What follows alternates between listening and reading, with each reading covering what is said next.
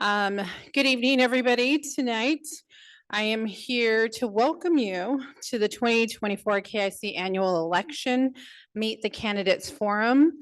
We're glad you're able to join us here in person and online. Those of you that have joined us via Zoom, thank you. My name is Ruby Still, and I serve as the TA for KIC. Tonight, I will be introducing the KIC Election Committee. We have Merle Hawkins, who is serving as the chair, Mariah Williams as the vice chair, Bertha Williams as the secretary, and Marcela Scudero as the alternate. At this time, I'd like to turn it over to Merle as the chair of the election board, who will moderate tonight's candidate forum. I'd like to say good luck to all the tribal council and advisory health board candidates. Thank you. Good evening. Thank you all for being here. Yeah, we've been working hard to get all our duties done.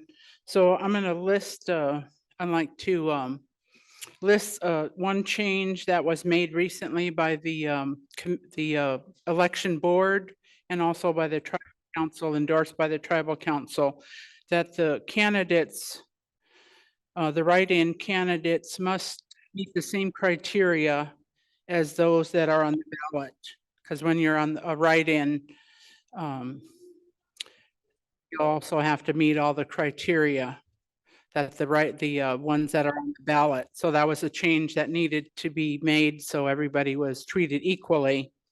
And then the on the candidates booklet, it says that the candidates must have a picture ID. That's not really true because our Constitution says otherwise. So if you know anybody, the election workers, you forgot your wallet or whatever, we encourage you to bring it, but that was a mistake.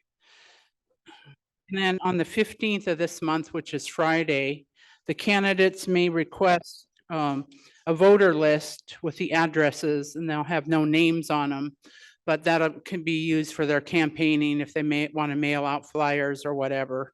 So I want to make sure that everybody has the right and the same information. Our right to vote as a tribal citizen is our most important right, and it's real exciting when we get an 18-year-old that comes in, votes for their first time, and they're really excited. And our staff and our committee has worked very hard to put this together, and I want to thank the candidates for running. And so we're going to start with introductions. If I welcome the candidates up to the stage, tribal council candidates, and also the health board candidates. Could come up to the stage. And also Cheryl Yeisley is out of town. She's traveling on tribal representation. And who's the other one that's oh, okay. And so they're on the screen up here, I guess. What's the name? Rochelle Hall, sorry.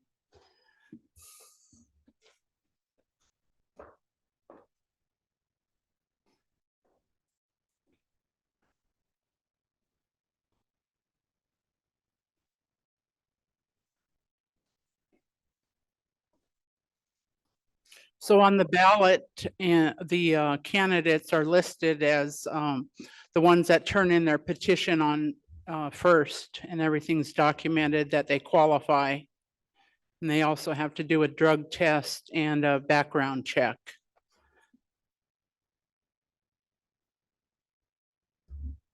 Ginger.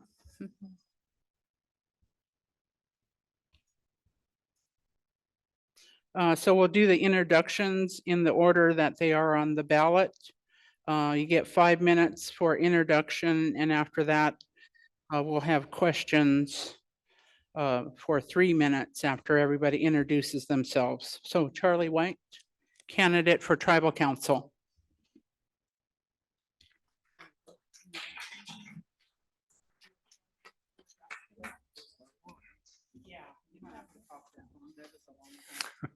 Good evening. I'm happy to be here as a candidate tonight. For those of you that don't know me, my name's Charles White. My Haida name is Sadoots, and I'm of the Raven Moiety and Double Fin Killer Whale clan. I was born and raised in Ketchikan. Have spent a little time down south in administration of tribes down there as tribal administrator and general manager. And I'd like to think that I offer sound leadership with more than 9 years of working and negotiating and advocating for KIC also as I worked as a general manager, deputy general manager here at KIC, and a tribal administrator. I'd like to think that that expertise that I bring to the table will benefit us in our negotiating process that we have to do, and be able to take a look at our economic development, which I think is vital in being able to move the tribe forward. Without tribes everywhere, whether it's the lower 48 or in Alaska, they're looking to economic development. And the reasoning is because we have such a huge shortfall in our healthcare. For instance, our healthcare is probably the lowest in the country compared to even prisons throughout the United States that are funded more at a higher level than tribes are. I mean, that's outrageous. We need to sit at that table and we need to negotiate and get a funding level that is justified by our population and our people to serve our needs. Economic development, what that provides is, as you create your businesses and our tribal members create their businesses, the tribe in their economic development committees and boards will be able to develop revenues that will be able to go forward and help support programs. I think that's vital to the future of all tribes, not just KIC, but all tribes. Of course, our programs, we've come a long ways, and I commend all those before myself and those that are on the council now for being able to get us to a point where we're providing those services to our people that are important: healthcare, housing. There's issues that we have to look at in those areas because of those shortfalls, though. And I feel I can bring the expertise to the tribe that'll go for those grants that will help support our housing shortages, our elders that need housing, our homeless population that is out there that we need to support that population. So much of the homeless population that we have revolves around, you can connect them all together, whether it's alcohol or drugs.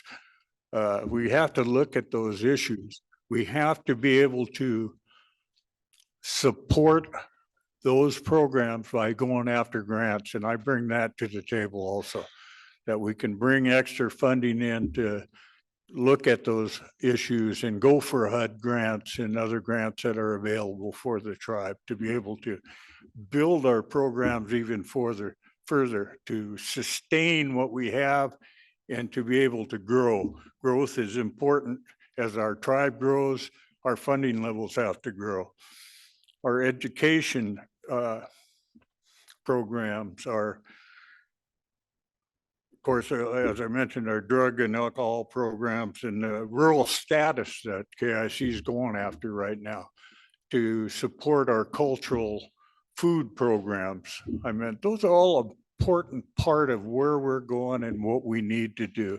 I think, again, with the expertise I have in management, administration, and grant writing that comes along with administering those programs, that I bring a lot to the table that will help support our tribal council move forward and advance to where we need to go to build the programs even further to the needs of the membership. So with that, I'd like to thank everybody for being here, taking time out of the night to come in and listen to the candidates. And hey, the important part is get out there and vote. Your vote counts. And I can tell you, I think everybody up here appreciates it. Thank you. Time's We hope up. to get the biggest turnout we ever had. That's what I'm looking forward to. So with that, I'll bid you good night and offer another candidate a chance to speak. Thank you.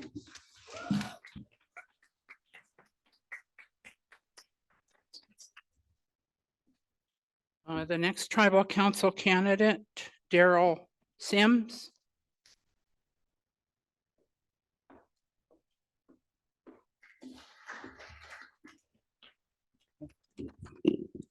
Hello and hello and good evening to everybody here. My name is Daryl Kaluk Simons. I am half Inupiaq and from Kotzebue, born in Kotzebue. I have lived in Ketchikan now going on 13 years. My wife Shay and our two daughters Haley and Peyton. I worked for KIC for about a decade, mostly clinic administration, as well as a substance abuse counselor and patient benefits coordinator. A reason for me running is because of the support I have gotten from all of you that I've worked with throughout these years. You have given me added belief that this is something that is the direction in the next stages of my life. And I am eager to listen to you all. I'm eager to learn, and then I'm eager to advocate for all of you. There is no me in this because this is not about me. This is about all of us and our people for generations present and future. I'm not big on talking about myself as well, like I do with basketball. Let's get the game rolling. Thank you all for coming out tonight, and I hope you have a great evening. Thank you.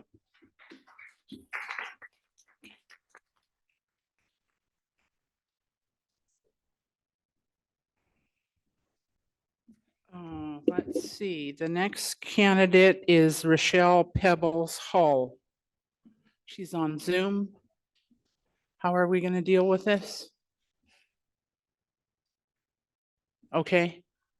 And who's, oh, so we'll hear from her. Hello, can you hear me? Hello? Yes, you can hear me? Yeah, okay. Hello. As she said, my name is Rochelle. Most of you know me as Pebbles. I am Haida. My mother is Roberta and my dad is David. I have a sister, Donna, and I have twin boys, Nyron and Cordell.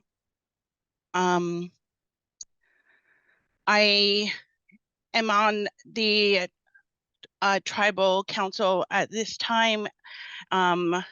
I have been on since April. There is so much that I have learned, not only from tribal council, but also from my years on the health board. I am continuing to learn, and I am very excited about all of the things that are coming up. I am here right now and in Anchorage at the ANHB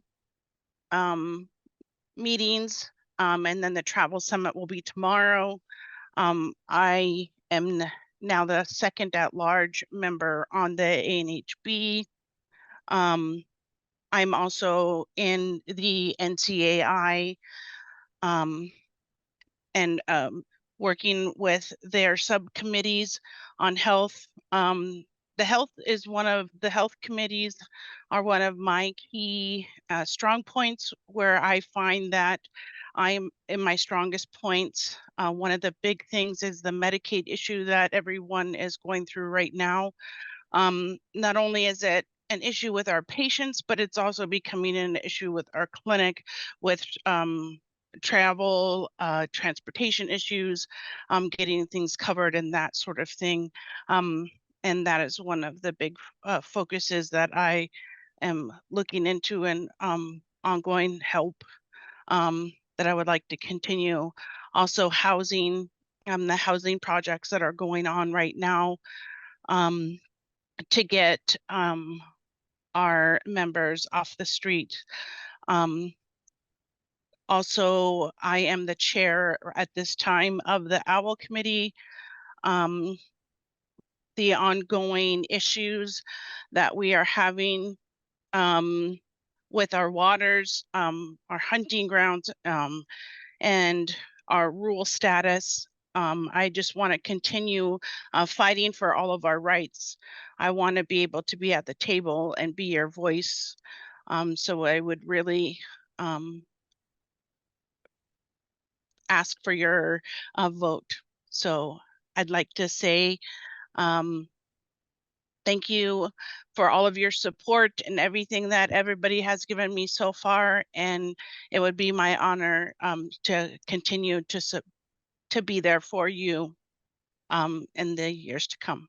Thank you.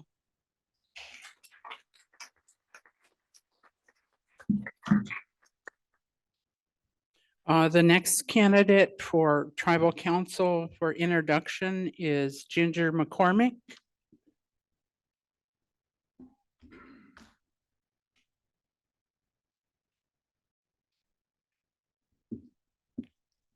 If it's okay with the election board, I'd only like one introduction for fairness, not another introduction when I'm over there. Yei latu yuhat do asak shinedi nahatsati takwedi yadi ayahat. My name is Yei Latuvu. In English, they call me Ginger. I am the daughter of Sharon Charles and the granddaughter of Tilly Kushnick and William Kushnick. I am your current Sergeant of Arms for Alaska Native Brotherhood Camp 14. I am your at-large committee member for the Our Way of Life Committee. And I also sit on the Missing and Murdered Indigenous Women USA Task Force. I'm sitting here today to bring you an honest and truthfulness. There's a couple things that are on my goals of lists of things that need to be done, whether I'm sitting in the seat or not. And the first and foremost would be, I'm not going to sit up here and tell you I'm going to be honest. And next year you come see me when I'm seated and I'm not. There needs to be an ethics committee built for the Ketchikan Indian community. Ethics community is going to hold the election board accountable if they have a mistake or accountability. And it's also going to hold tribal council and health board officials accountable.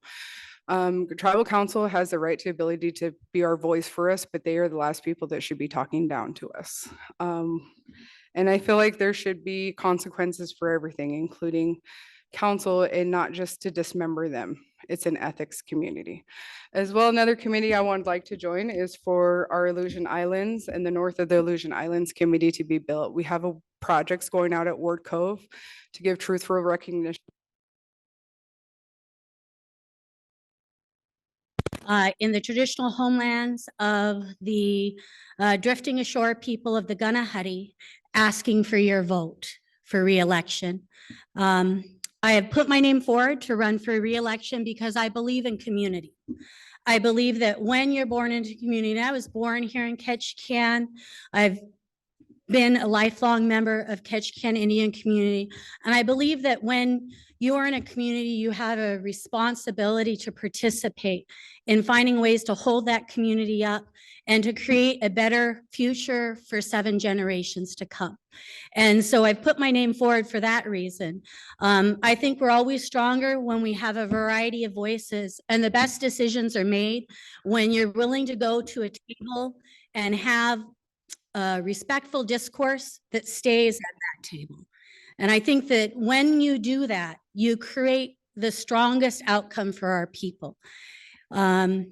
Wherever I go and whatever I do, when I am chosen to be in a position to advocate, I listen and I try to share not just my opinions, but the opinions of those people who have shared with me, regardless of whether or not they are something that is specifically passionate, my passion. If it's the passion of the people of Ketchikan Indian community, then that's what I bring to that space and that place. And so I'm always available to listen. I'm always available to have those conversations. And I know that I am not perfect. I am one voice on the seat in a seat on a council of 9. And I understand that my role is as a policy creator, that my job is to look at the Constitution and the ordinances, put the time and energy into rewriting them in a way that makes sense to the people if that is what the people want. And I understand that we have employees, and the work at Ketchikan Indian community gets done by the amazing hard work of our tribal citizens who work in the organization. Regardless of what department it is, they do that work. And we are very lucky to have that strength and determination. And we have a responsibility to make sure that they are the best educated people in Indian country, because really our most precious resource are our tribal citizens. And so when we're looking at that, how do we make sure that in 7 generations, we are the people that our ancestors dreamed us to be? It means that we advocate for rural status. We connect with the land. We make sure that we find a way to bring our babies back from Washington State, and we make sure that they learn here, that we provide every cultural opportunity for anybody who wants a cultural opportunity, and that we declare a war on fentanyl, on drugs, and those things that are killing our people, and that we put our money towards that. And that may require us to look at the systems that are set up and the way that we do things and change it. And those changes could be very difficult, but we have to together, not one person, but a community of people, make that decision together and push it together. And it requires 9 people in a governance body together to come forward and create those policies and that change. And I would be honored if you would consider casting a vote in my favor and allowing me to continue to be part of that dream to make sure to leave something better for 7 generations. Hawa.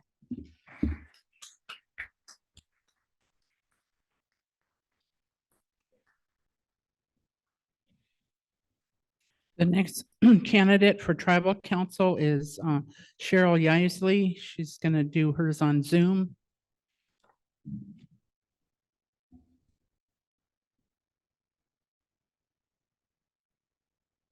Thank you so much. My name is Cheryl Yaisley. I was born and raised in Ketchikan. I am Unangan, which is of Aleut descent. My family does not use the name Aleut normally because it was given to us by the federal government, and it's more of a colonizer term for our people. I'm also Tlingit. My family lived in the Aleut relocation camp at Ward Lake, the 3 Cs here in Ketchikan. And I'm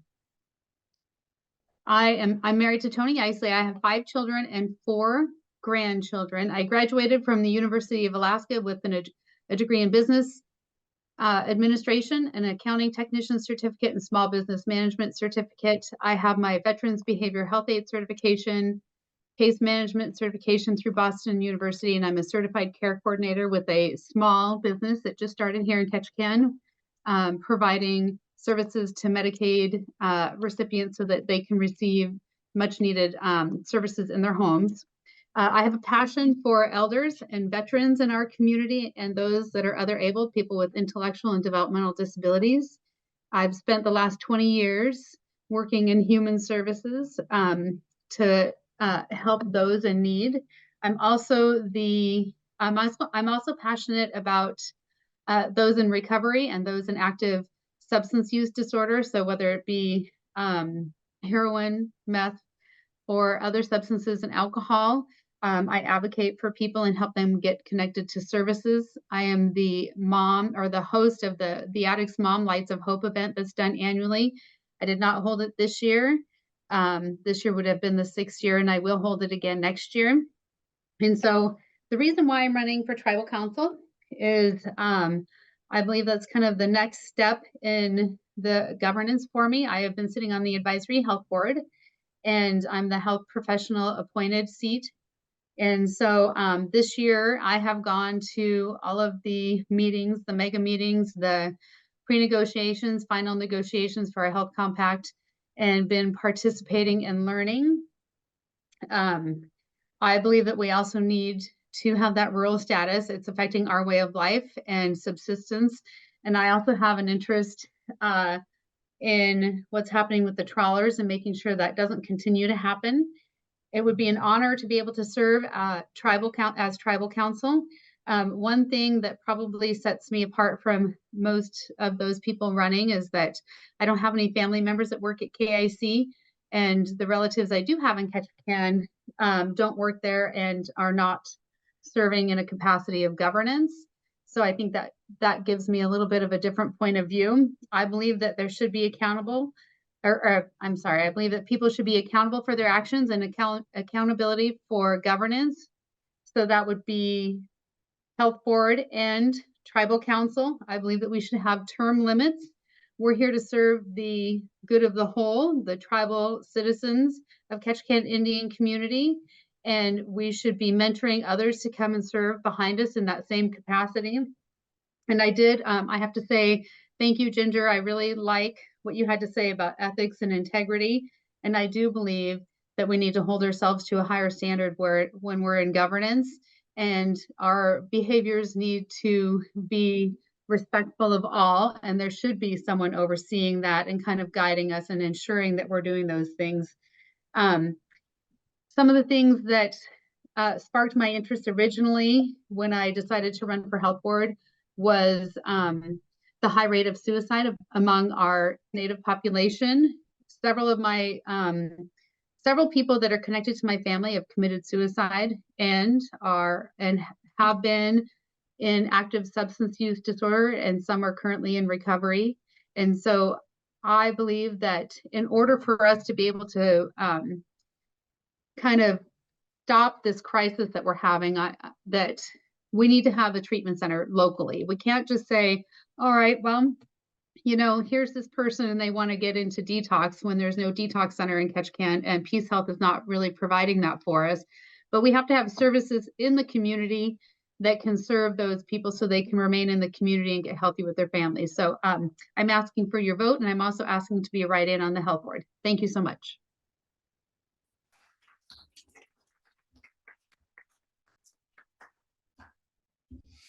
The next candidate for tribal council to do their introduction, Carrie Dotson.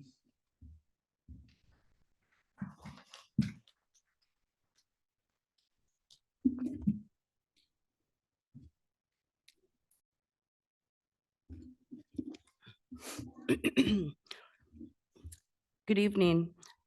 First off, I would like to acknowledge this land that we stand on is the ancestral territory of the Tontaquan Tlingit and the Sanyaquan Tlingit. To our esteemed veterans, elders, tribal members, our valuable staff, and my family, I am Haida in Tlingit. My Haida name is Janjat, meaning canoe companion. I am the granddaughter of Melvin and Nellie Morrison Maddox, and my paternal grandparents are George and Margaret Sakana James. My parents are James and Sarah Allard and Embert James. My kids, Alan, Rebecca, and Randy, and my husband, Daniel Dodson, who is my constant support and my rock. I love you. My kids, excuse me. I was appointed by our current tribal council to fill a vacant seat for the remainder of this year. I believe because of my leadership and experience. I have served 3 previous terms on the tribal council, and I come before you now and ask for your support. After working with our staff, one of the most pressing issues is finding medical doctors. There's a shortage in the whole nation at this very moment. For myself personally, it took me 3 years to find a primary care provider. I support our tribal administrator and our staff, and I know there are major issues finding permanent medical doctors. To pay for locums, I believe it's about 4 to 5 times the actual amount that it would cost to pay for a permanent full-time provider here in Ketchikan, where we would receive the continuity of support. It's so valuable. We would be saving lives. if we had one person that we went to see that would know our medical history and not seeing somebody different, seeing a different locum.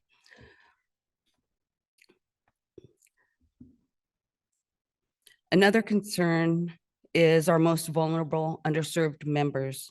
Our homeless members are in dire need of warming shelters, somewhere to take showers, wash clothes, eat a hot cooked meal, not somewhere where they're going to be kicked out or denied service if they are under the influence. This is the most critical time for our homeless members, where they feel compassion and receive the help that they need, whether it be substance abuse or mental health assessments, and in most cases, both. I was instrumental 5 or 6 years ago in pursuing 34 acres of land, 10 miles out north. And I don't know specifically what the tribe would have used it for at the time, but I knew that we could put it into trust. Land into trust is very important because our tribe can manage and govern and determine what we're going to do on our own property. Right now, the Ketchikan Gateway Borough, they want to get people to 3 to 4 units. We may need to get a big apartment complex. We may want to put some multifamily homes out there. And if we could get the land into trust and use those 34 acres, it would be a big asset for our community, especially with the household home crisis.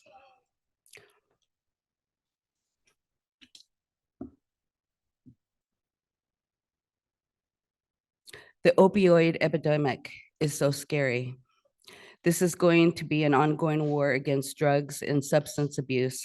Who all knows family and friends and neighbors who are affected by this? I do. Fentanyl is the #1 cause of death among young people. We have lost so much to this drug. I know the pain. I understand the grief. And to my fellow tribal members, my prayers are with you. Your tribe is with you. My experience in advocating for our ways of life are always on the forefront. 80% of my travel was regarding concerns about protecting our lands, our rivers, our ocean. I spent the last 15 years on advocacy work on mining concerns, Thank you. upriver mining concerns. Excuse me, it's been time's up. Oh, okay, thank you. Anyways, most of you know me, and I ask for your vote of confidence. Hawa Gunishjish.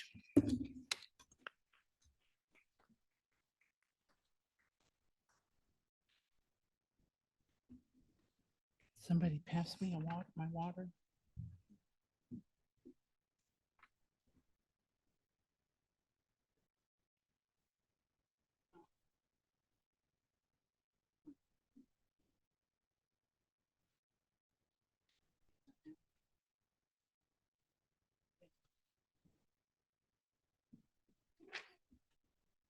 I guess we're going to read the guidelines, so come on up. One of our younger committee members, we're very excited to have young people step forward for our committees, and we are looking for another committee member if anybody's interested in serving on our election committee. We have lots of fun.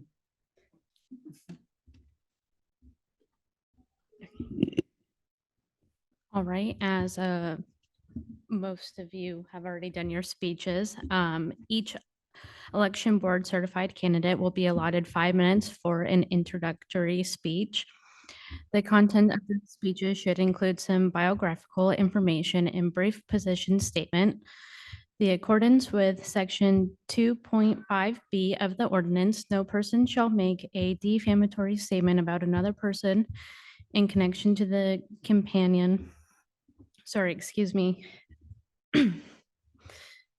campaign for election.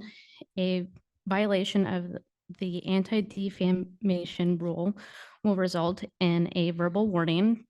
A second violation of the anti-defamation rule will result in the candidate being stripped stripped of their remaining time and asked to leave the podium by a designated election security team member.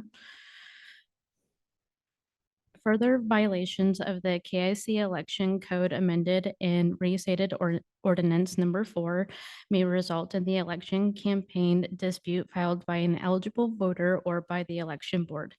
The election board will process all official election campaign disputes in accordance with the Chapter 8 of the ordinance. Following the 5 minutes introductory speeches, each election board certified candidate will be asked a series of questions. Each candidate will be given 2 minutes to answer the questions. Okay. We'll start next with the Health Board, the Advisory Health Board. And we'll start with Hillary Reffenberg for a 5-minute introduction.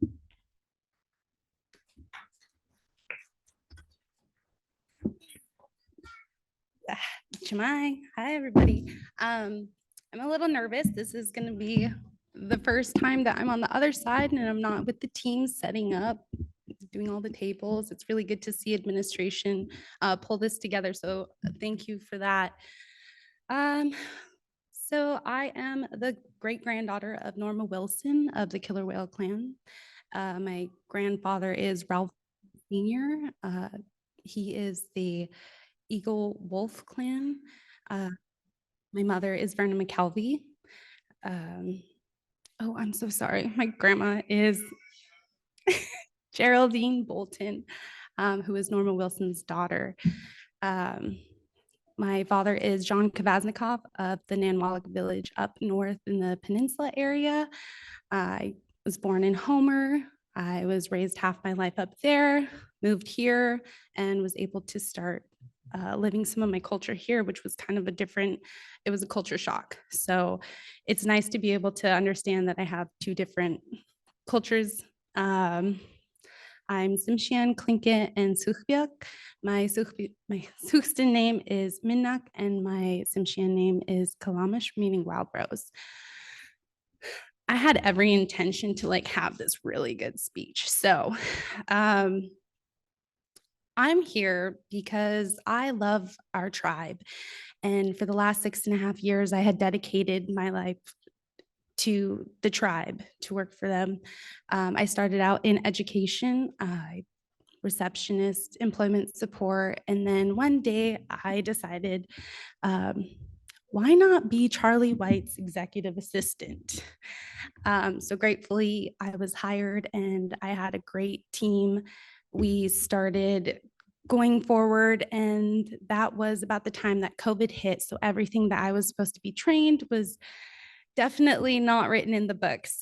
So as somebody who has been able to be on the other side of administration, working with tribal council and the advisory health board, I do see the importance of the conversations that people bring forward as tribal members, and being somebody on the board who actually has the time to listen and actually speak up for those who don't feel comfortable speaking up. I'm pretty nervous right now.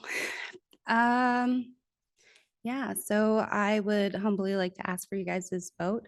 I am grateful to see a lot of you who are consistent in coming to these events. It had been a wonderful time serving the tribe in administration, and I definitely miss my work family. So it's good to come to these events and be able to see you all here. Yeah, so Guyana.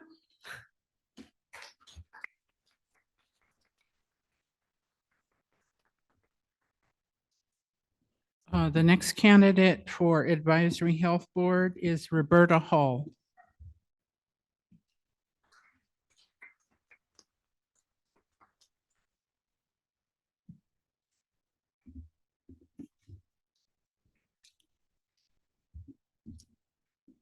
Good evening, everyone. My name is Roberta Hall. I am Haida of the House of Stutz. My clan is Eagle, Beaver, Frog. My husband David and I will be married 50 years in February 2024. My parents were Bertha Lee Charles and Norman Charles. I have two daughters, Donna, who is married to Jesse, and Rochelle. They gave us the happiest of three handsome gentlemen, Isaiah, Nyron, and Cordell, and one beautiful granddaughter, Zaylee. With 35 years' experience with the federal government in the dental clinic, I retired January 2nd, 2015. I retired as a certified dental assistant. And I also, when we were making big changes in the clinic, I also worked in the pharmacy and the medical records.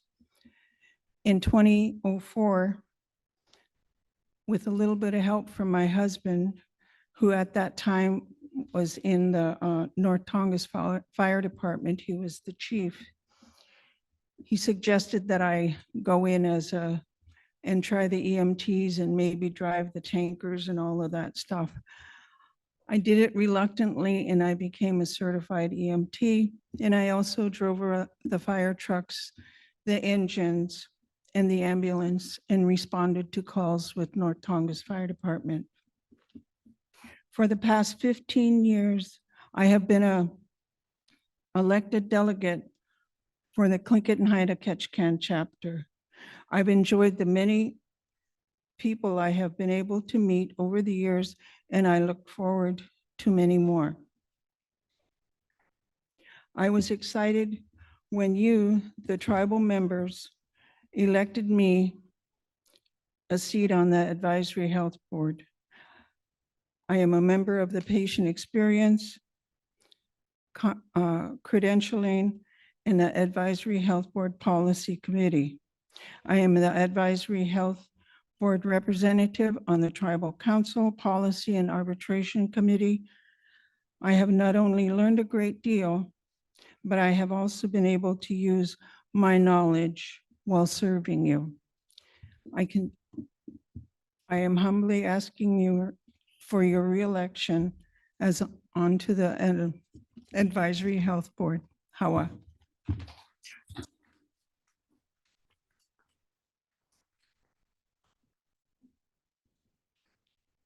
The next health board member, Ginger McCormick.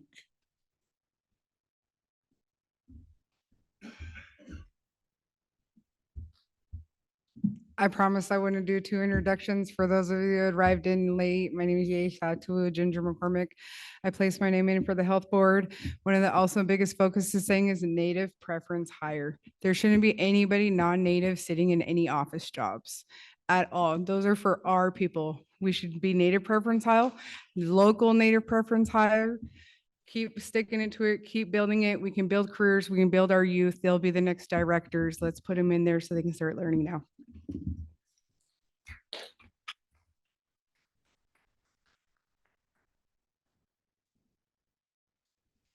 The next candidate for Advisory Health Board, Ian Severson.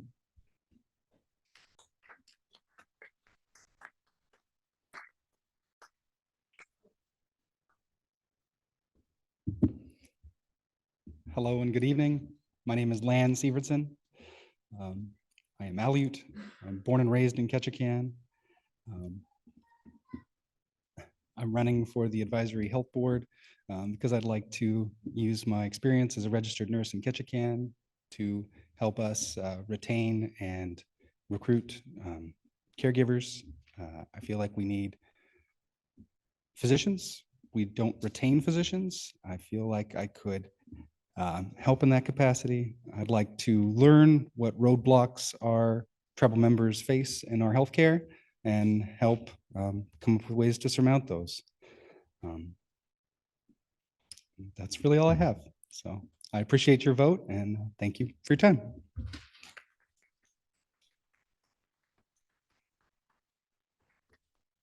I got that name wrong. It's Lan Severson.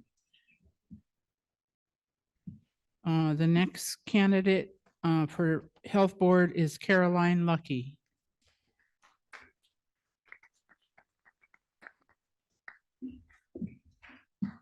Hi, everybody. My name is Caroline Lucky. and thanks for being here. My mother was Eileen Lucky, and I come from the Haida and Tsimshian family. My grandfather was George Mather Sr., and my grandmother was Winifred Williams. I'm pretty close to the Tsimshian side of my family, and I'm still trying to learn about the Haida side. But the most important thing I've learned over the past 25 years of nursing that I've served in Southeast Alaska is that we have to take care of each other. And in taking care of each other, some of the healthcare needs that we need to meet are needing to be supported by basic needs, such as housing. It's a big deal. I learned in nursing school that Maslow's hierarchy, how we meet the needs of individuals, a home, a shelter, food, and love. Without those things, people aren't going to get better. My experiences with the hospital has been difficult because healthcare has changed. Where I served at Search Management Hospital, we were able to admit people because they didn't have a place to go. And here in Ketchikan, in this day and time, our hospital discharges homeless people back to the street. I have colleagues that work in nursing, and they're doing home visits at the homeless shelter. This is a big deal. There's lots of work to do. There's lots of things we need to protect. I want to be a health board advisory person because I feel that I can contribute some of the knowledge and experience that I have gained. And I gained that with the support of my tribe. And now I'm able to stand because of the support of my tribe. Just like many other people, and this I've learned recently, I have homelessness in my family. I have generational problems in my family, and it's hard. And we need to hold each other up. I don't know what's going on in the clinic, and that's not really my role. My role is to hear from the people and to give the best advice I have. And sometimes me helping explain to people what's going on, because I have been on the inside, that could be a great deal of help. I really didn't have a plan of what to say. I have served on the Health Advisory Board when I worked in Metlakatla as the Director of Nursing. I would fly over for the meetings between 2002 and 2005. I've served as a CHAP director, a community health aid director, when I worked in Metlakatla as the Director of Nursing. I've worked at Search Management Hospital. That was my first assignment in the 1990s. That's when they had 3 North. It was a lockdown psychiatric facility.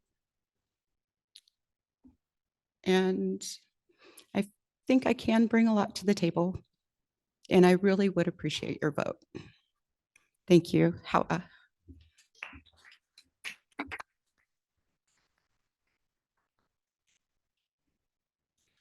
Next, we're going to move into questions. We're going to ask questions of each candidate. Door prize? Oh, we're going to do a door prize. There's going to be 6 $75 gift certificates.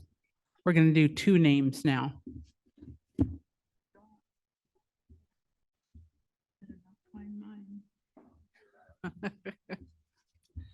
Okay, let's see how good my vision is. Jerry Beluto. Huh? Oh, okay. And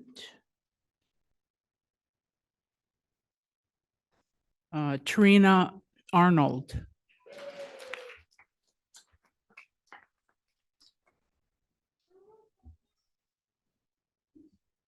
So For the tribal council of the 7 candidates, we're going to elect 3.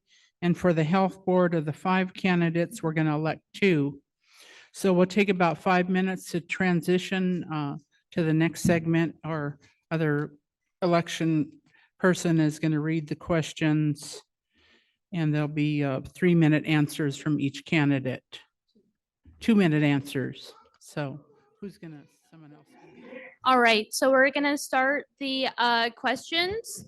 Hi, my name is Bertha Williams. This is my first term on the election board, and I'm excited to continue learning and serving my community. So we're gonna start with Charles White. If you want to go up to the podium.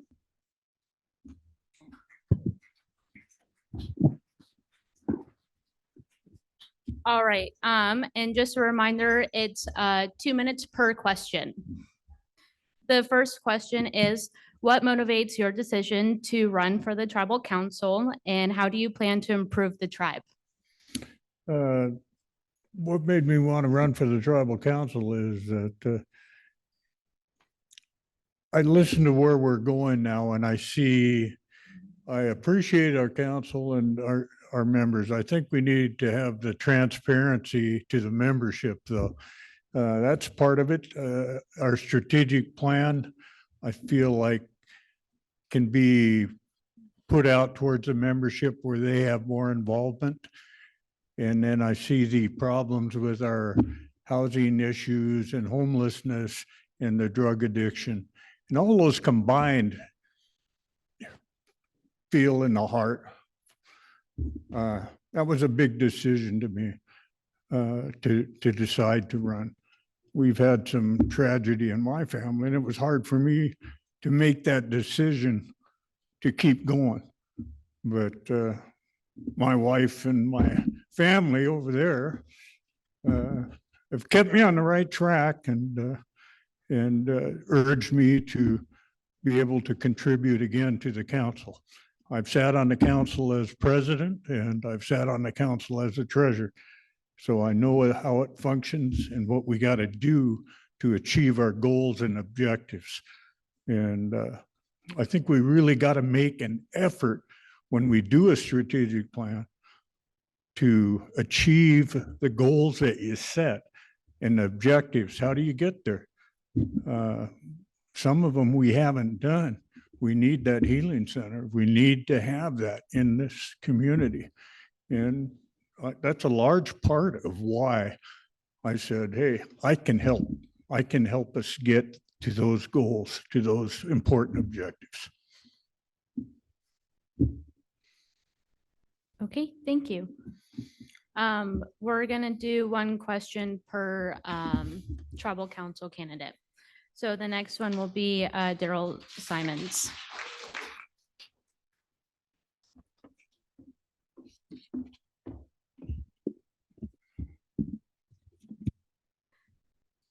What motivates your decision to run for tribal council, and how do you plan to improve the tribe?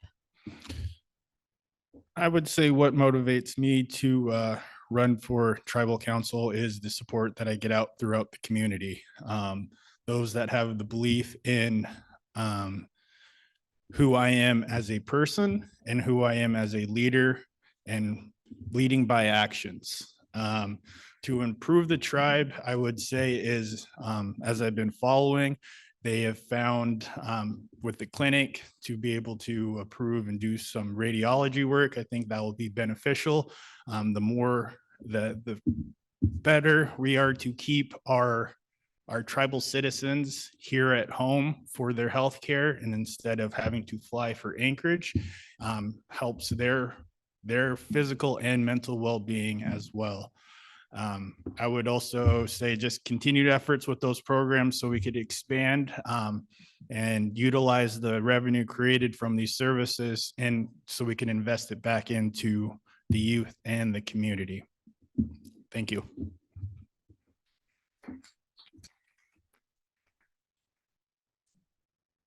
Next up is Rochelle Hall. The question is, what motivates your decision to run for the tribal council, and how do you plan to improve the tribe? I would have to say what motivates me would have to be all the little ones, knowing that what I'm doing and the meetings that I'm going to and the decisions that I'm making now are going to affect them. What I'm helping do now is going to shape and change what's coming. It's going to make their lives better. It's going to make their world a lot better. I'm hoping that the decisions that we make at the table and the decisions that we help make are going to change and help them be able to go pick berries wherever they want and go fishing and hunting and do subsistence and do all of the things that they want to do, and be able to do that because we were able to give them that. That's why I do it. And to know that I had a part of that is awesome, actually. And it's great to know that we can do that as a team. And I'm only one voice though, and we need a team to do that. So I just would be an honor to be a part of that team. Thanks. Thank you. Next up is Ginger McCormick.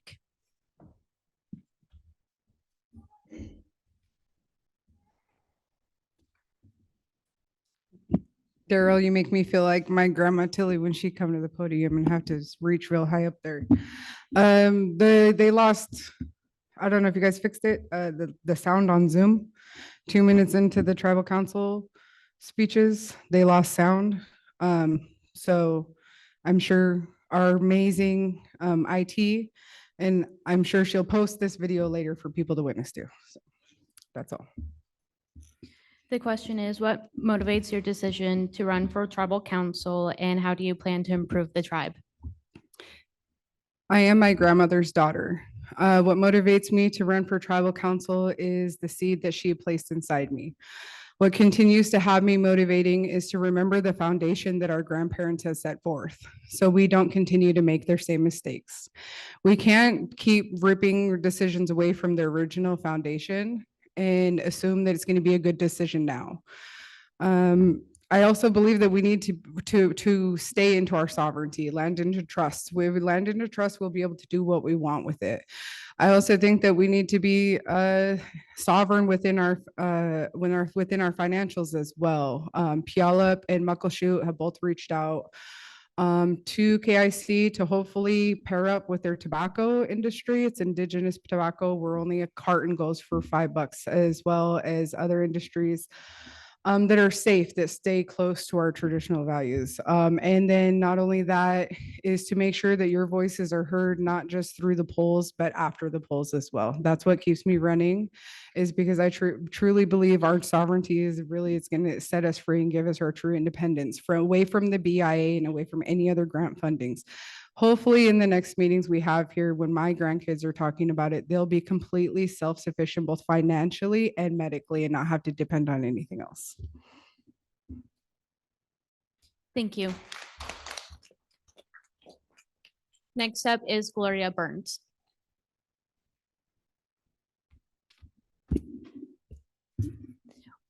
What motivates your decision to run for tribal council and how do you plan to improve the tribe? What motivated me to run this year for tribal council and always has motivated me is a belief in giving back to the community. And the reason why it's important for me is because of the people who have come before, my clan, my responsibility to leaving a place better for the young people, and making sure that everybody's voices rise in a way that support each other.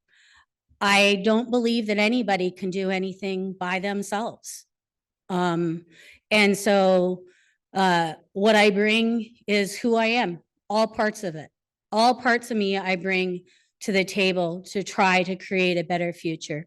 But I know that there is no way to do anything by yourself that the work that's being done by the Housing Department, which is to create the Navigation Center to address the homeless situation, CNA hit, what's being done to build Igayaquan housing for our homeless population, what's being done to create self-help homes built for our members who are in a medium income up on Azure Summit and Shaw Plain.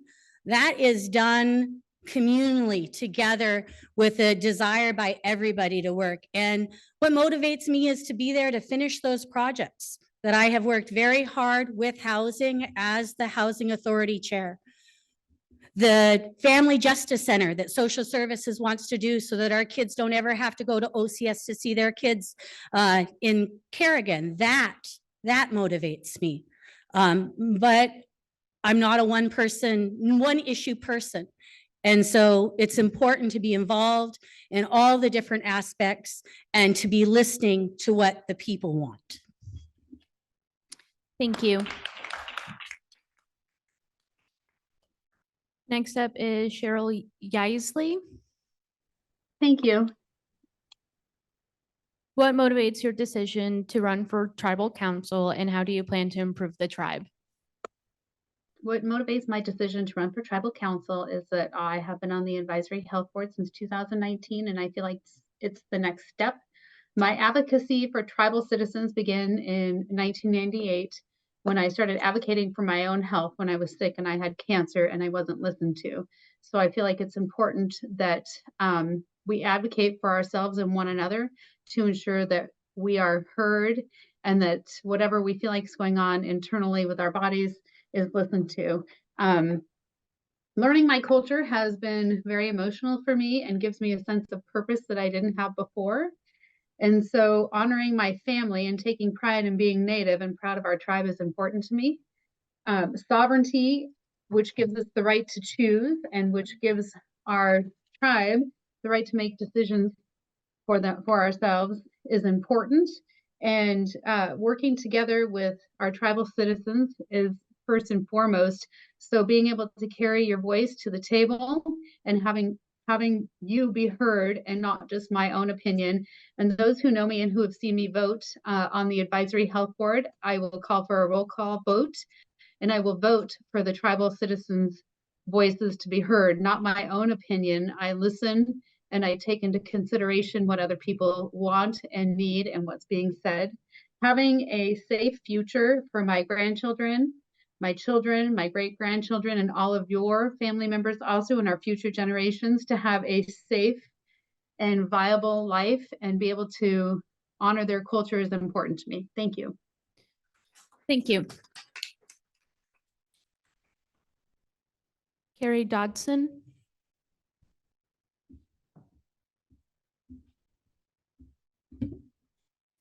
What motivates your decision to run for tribal council, and how do you plan to improve the tribe?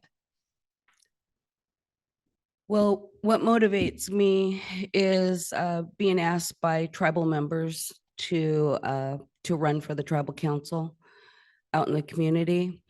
There was a vacancy on the tribal council, and I was asked by several people to put my name in to fill that vacancy. I was selected, and what also motivates me is I've got two young upstanding kids that just graduated from college, one in May with his bachelor's of business, and my daughter last week with her bachelor's of indigenous studies. And I'm going to be their role model. I've been their role model, and pressing them forward. And what am I going to do to benefit my tribe is my passion lies with protecting our way of life. And it's always been one of my number one compelling reasons to advocate for people in our community. Through the Alaska Native Sisterhood, I served on the Subsistence Committee with Tlingit Haida. I've been on the Subsistence Committee and the Judiciary Committee. And, you know, going up to the North Pacific Fisheries Commission up in Anchorage.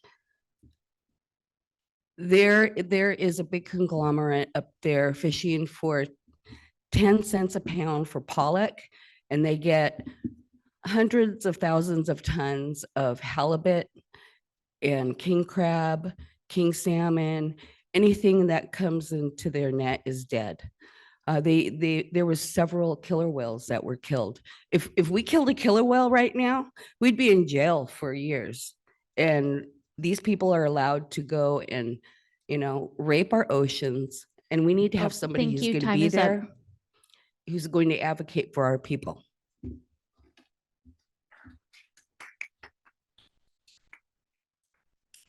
Okay, we're back to Charles White.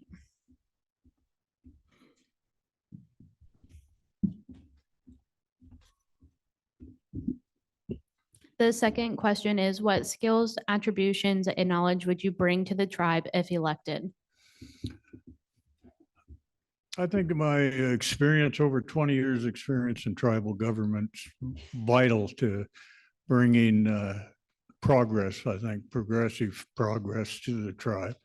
In administration, as past president, past treasurer, I'll be able to bring those skills in that are negotiating skills that'll help us hopefully achieve more funding and levels that we need in health, in housing, in those areas that we can do our best to benefit the tribe, as well as seeking and looking for grants to supplement those issues. Working with the Economic Development Board to build the economy of structure that we need to build revenues that can come back to the tribe to help supplement the programs that we have, I think is absolutely vital. And I bring that ability to negotiate and work with an economic development board. I've sat on the economic development board in California. I've sat on the economic development board here, and I currently sit on an economic development board in Ketchikan. I think those kind of skills are vital to be able to bring and generate the revenues that we need to build our programs and supplement the programs that we already have. So I think that's where we need to go with that and what I can do to help. All right, thank you.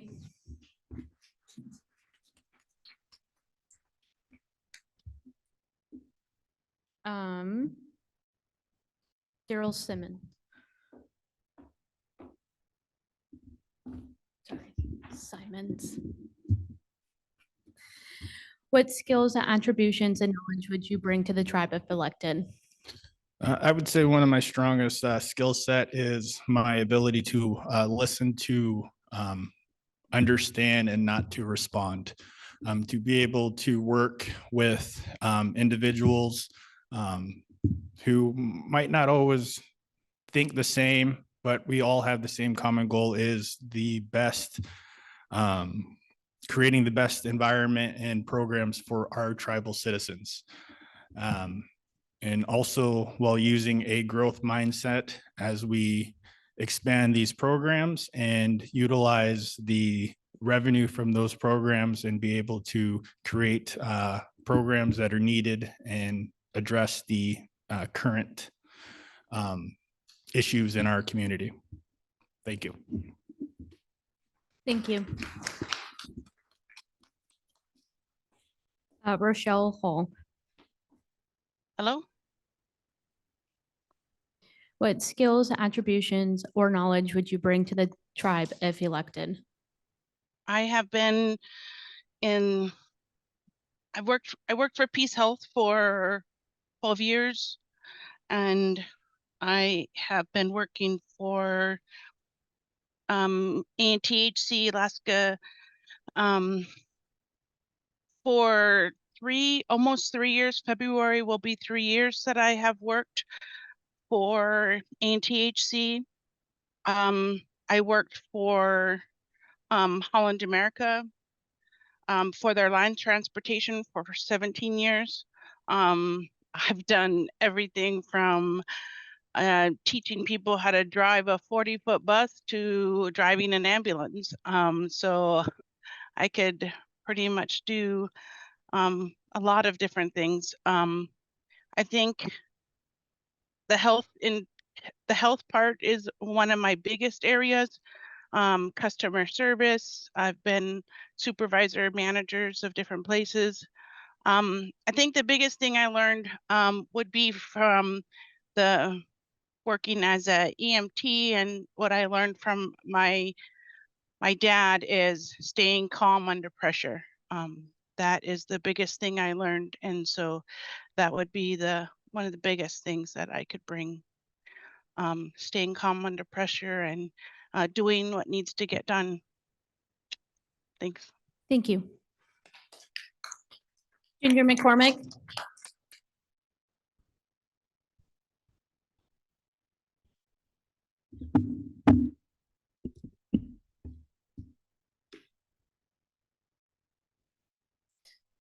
Sorry. What skills, attributions, or knowledge would you bring to the tribe if elected? From basic knowledge to the most interesting scientific knowledge, I think. I started off with a general education diploma, let me start off with, I started being a high school dropout.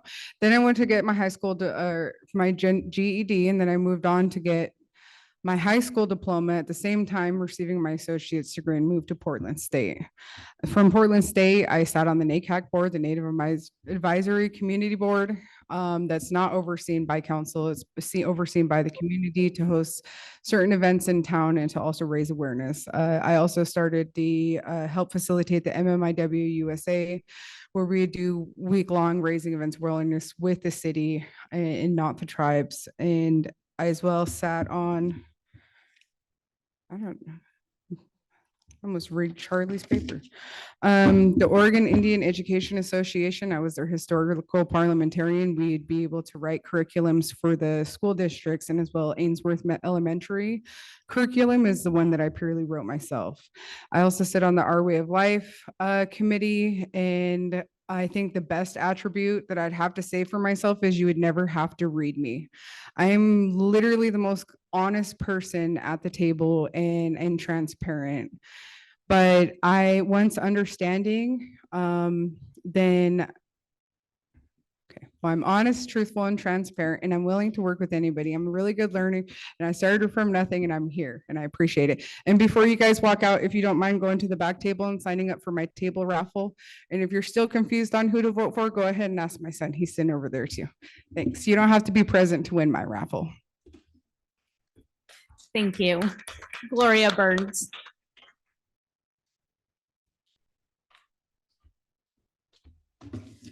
What skills, attributions, or knowledge would you bring to the tribe if elected?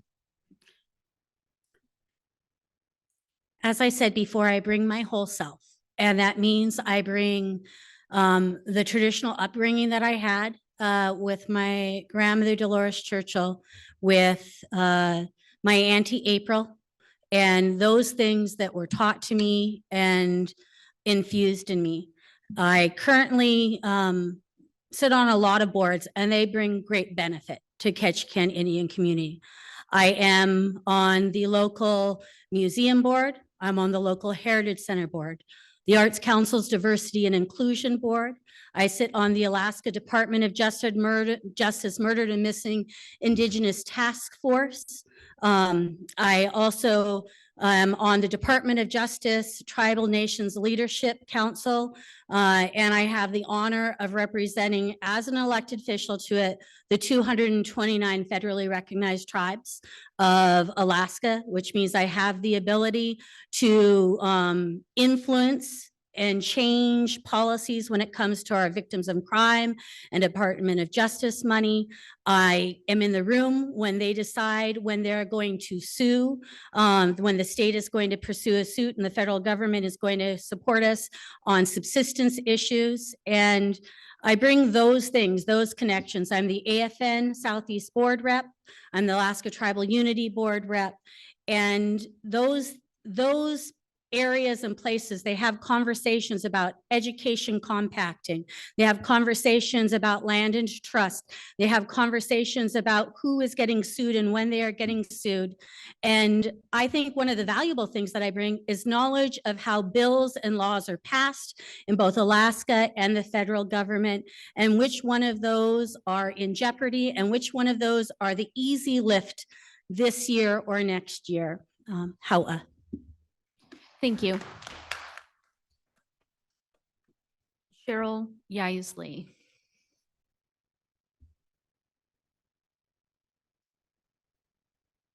Thank you. What skills, attributions, or knowledge would you bring to the tribe if elected? I think first and foremost, the biggest attribute that I would bring forward if elected is I am a real person. I am you and you are me. We are actually one and the same. And so the reality is that I spend the time to listen and support and validate our tribal members. And only then am I able to advocate for someone or to really bring forward a topic that needs to be addressed at the table. I believe I have the gift of service. I've used this in several capacities. I have 20 years experience in health and human services.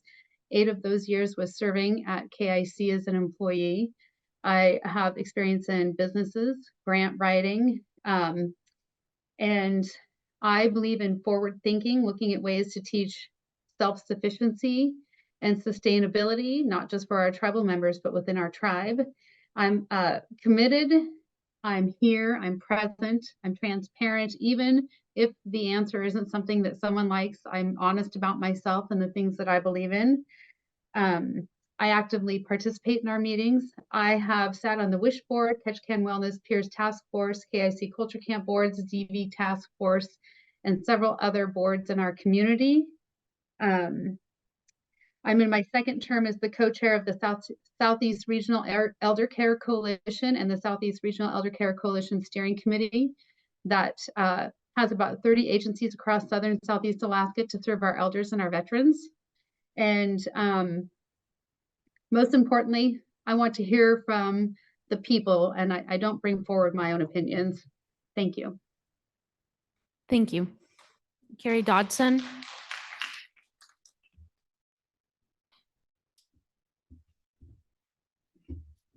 What skills, attributions, or knowledge would you bring to the tribe if elected?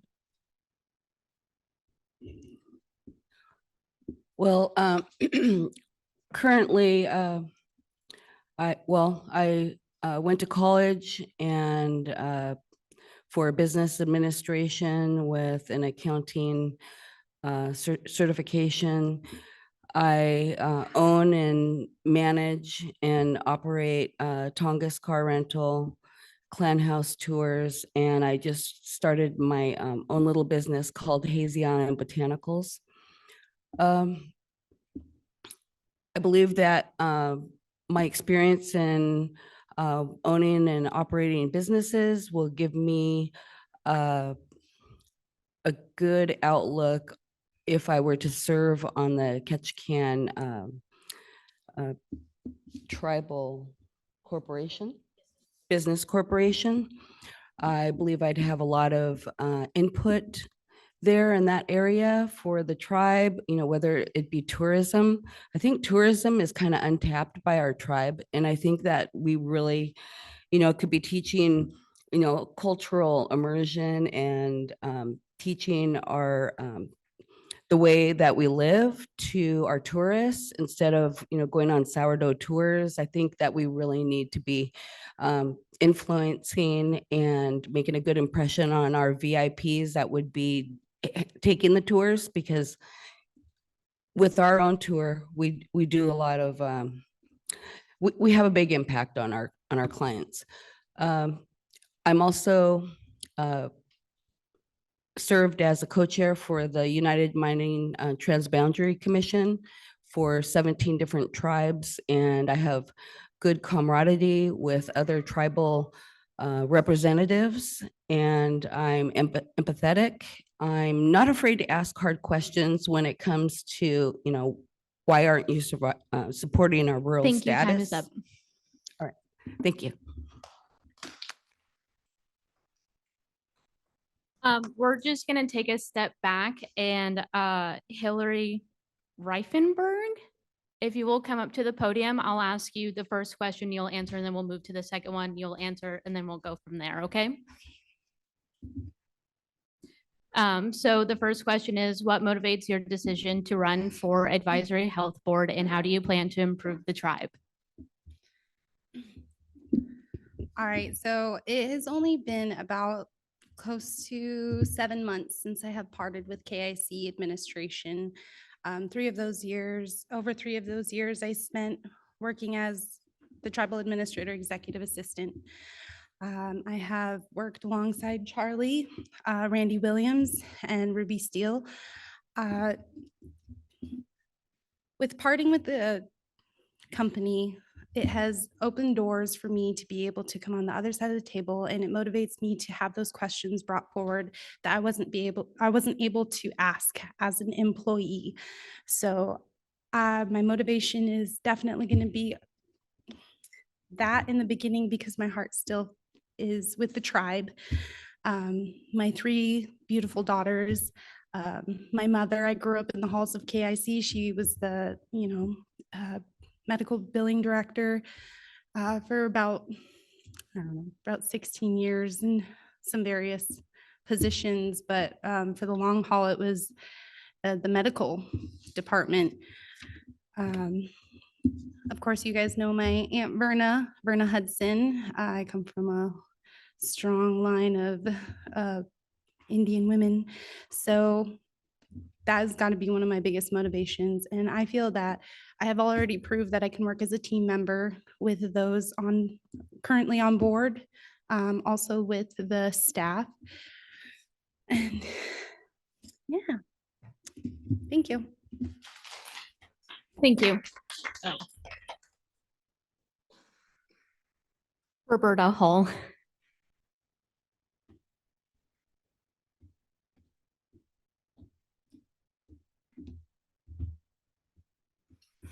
What motivates your decision to run for Advisory Health Board, and how do you plan to improve the tribe? What motivated me? I have been on the Advisory Health Board for the past 2 years. I've worked with a great group of people on the health board, and there's a lot of things that need to be done. I would really like to continue in this position.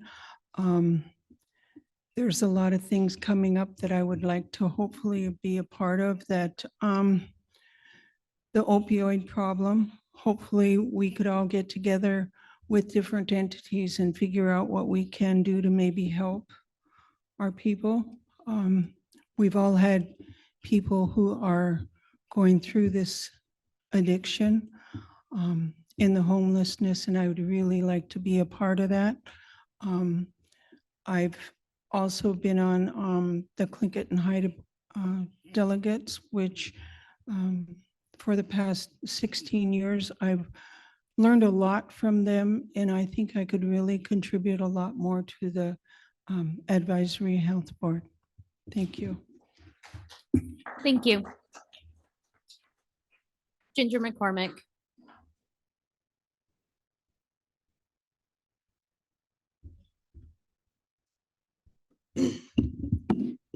What motivates your decision to run for Advisory Health Board, and how do you plan to improve the tribe? My motivation to run for the Tribal Health Board is simply because Western science is our second medicine. And we've always known that since time immemorial.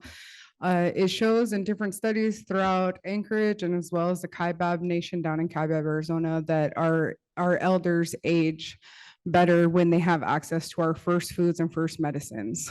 We have oils and fish grease and other things that could be vitamin D supplements.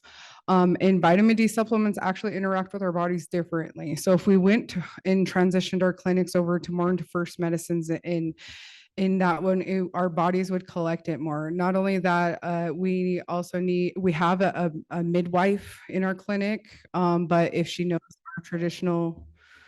our traditional midwifery, I have experience within that. So I've already been working with her on different birthing practices. And that would be my main thing is our first medicines are our medicines, and we do need to eventually transition on over to those so we can really eliminate the toxins and the chemicals outside of our bodies. Connectish. Thank you.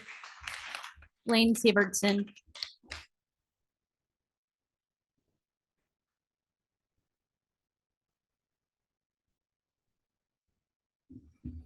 What motivates your decision to run for the Advisory Health Board, and how do you plan to improve the tribe? My main motivations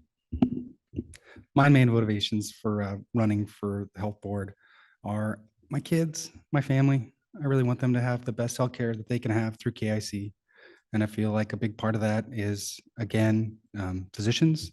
I feel like I've gone to KIC my whole life and I've never had the same doctor for a year.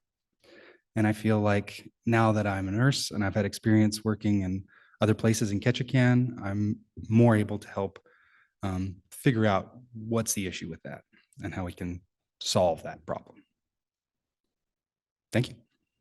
Thank you. Caroline Lucky.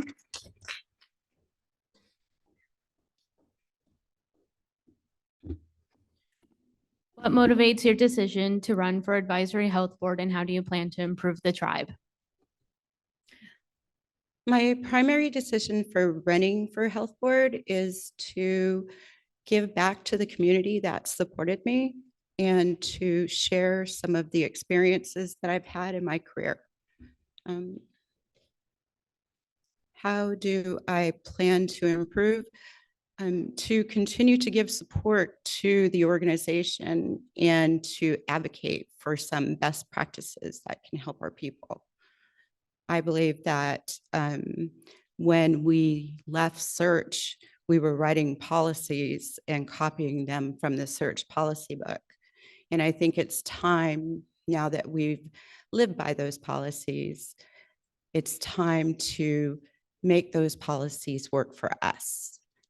And that's something I hope that would happen. Thank you. Thank you. Hillary Reifenberg.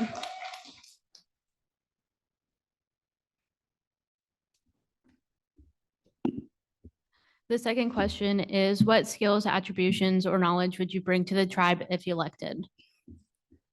I would say that I have the organizational skills within the company, knowing the ordinance, policy procedures. I've been to most of those meetings.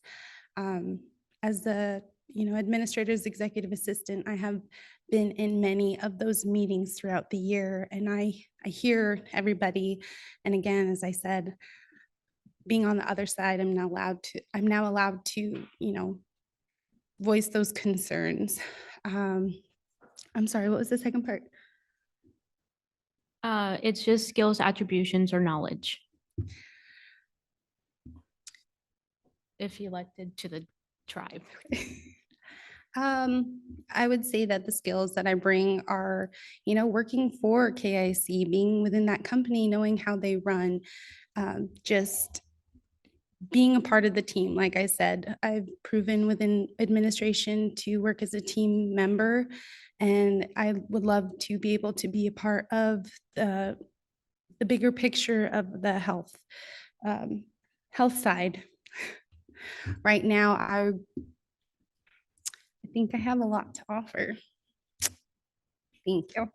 Thank you. Roberta Hall.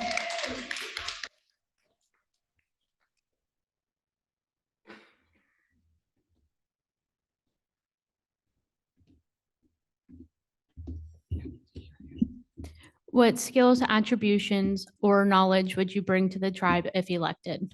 What skills and tribe? When I first started in the health field, I was a certified nurse's aide, and I worked in the Peace Health here, also worked in the nursing home. Then I went to the dental clinic and I worked there for 35 years. While I was there, I also, when it was short-staffed, I worked in, I think, every department that there was at the clinic. I was in the fire department and an EMT. And what I really would like to do is continue what I'm doing. And I think I could bring something good to the table and work with the group. Thank you. Thank you. Ginger McCormick.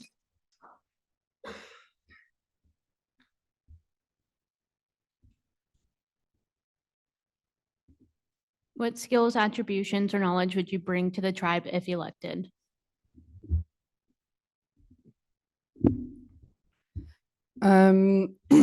I believe I have my own skills, but I believe that there's no skills that I have that the tribe doesn't already carry. Okay, we have like the most enormous tribe. And let me just tell you, we're here in Southeast and we're so hard on ourselves, but do you know that they're looking at us for health answers as well? So I think we're a little bit hard on ourselves on what we have to bring to this tribe.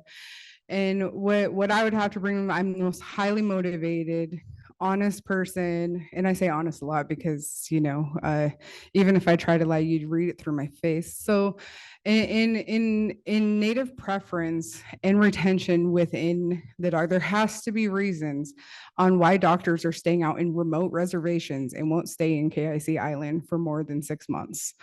And I'm determined and an open ear for always at any time. So that's kind of like the skills everyone usually possesses, but I'm relentless. I don't give up and I like to see things through before I get off the board. And I would like to see a doctor here working here longer than my seat. So that's the skills and knowledge I'm going to bring to the table. Thank you. Leanne Siebertson.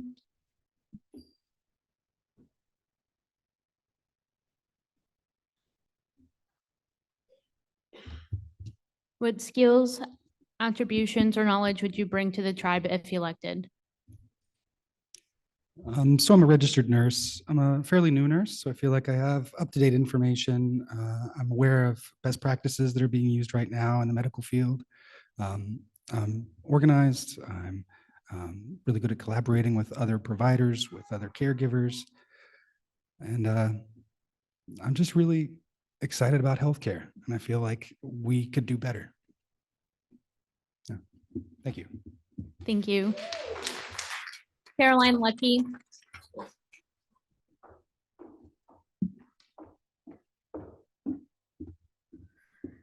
What skills, attributions, or knowledge would you bring to the tribe if elected? Well, if I'm elected, my skill set would probably involve my age, given that I have grown quite a bit and experienced quite a bit of humility in my practice as a nurse and also as a mother. A lot of humility in that I didn't realize how many people hold each other up in our community.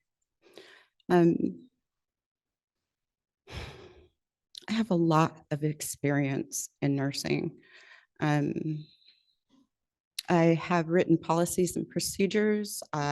When we had Dr. McNeil, we had endoscopes that were done in our clinic, and I was part of that. So policies and procedures are kind of things that, in a weird way, interest me, especially as how it affects the clinicians, because sometimes the clinicians aren't able to achieve their goals because they're not given enough support to do so.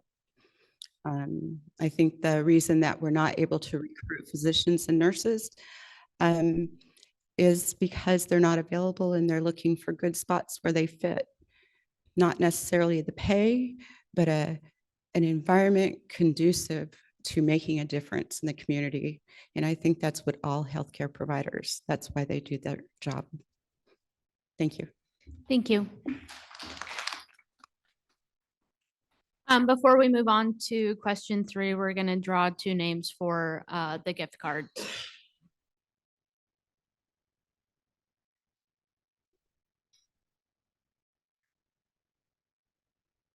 Tom Guthrie.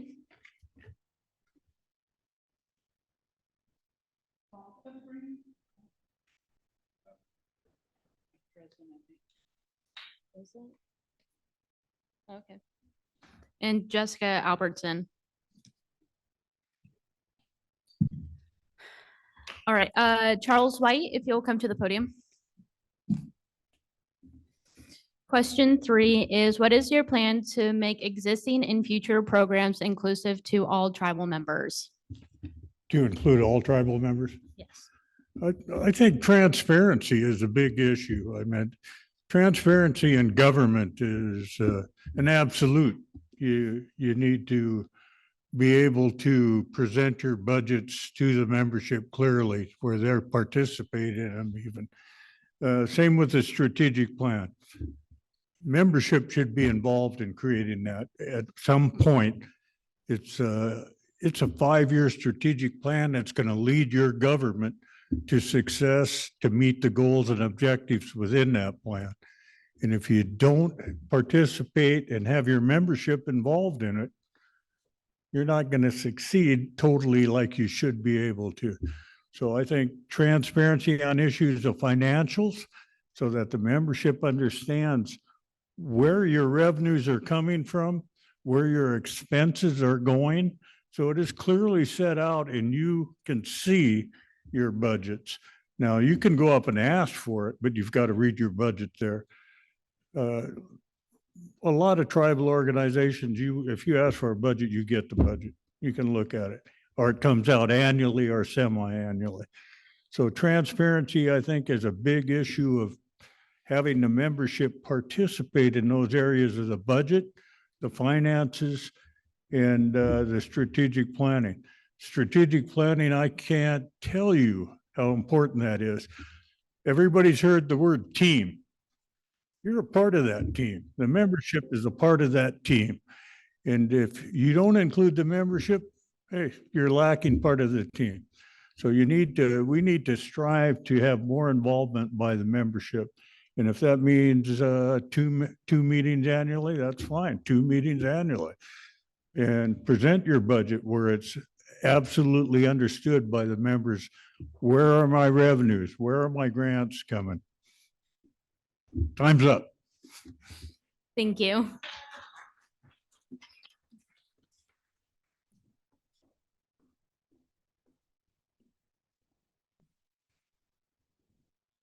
What is your plan to make existing and future programs inclusive to all tribal members?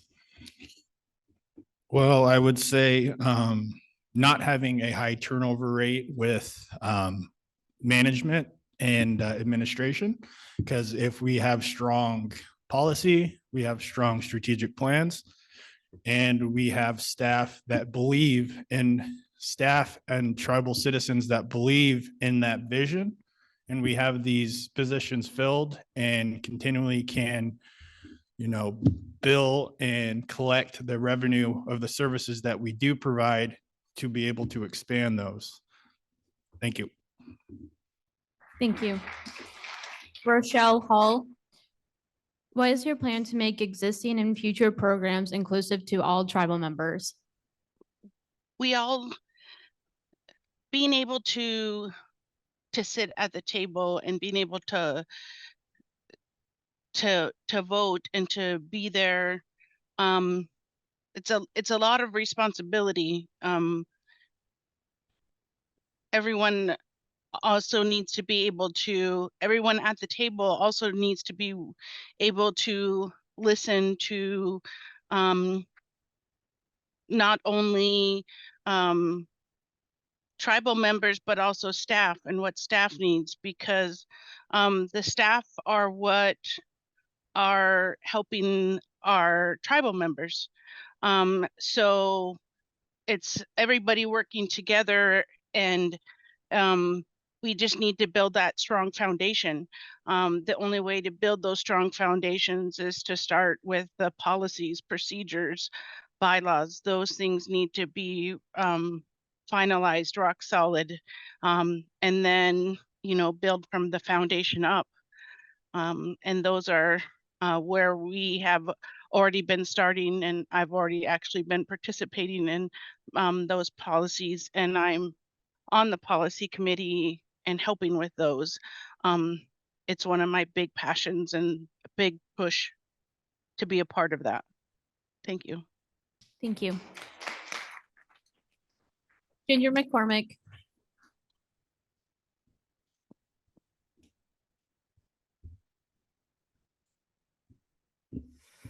What is your plan to make existing and future programs inclusive to all tribal members?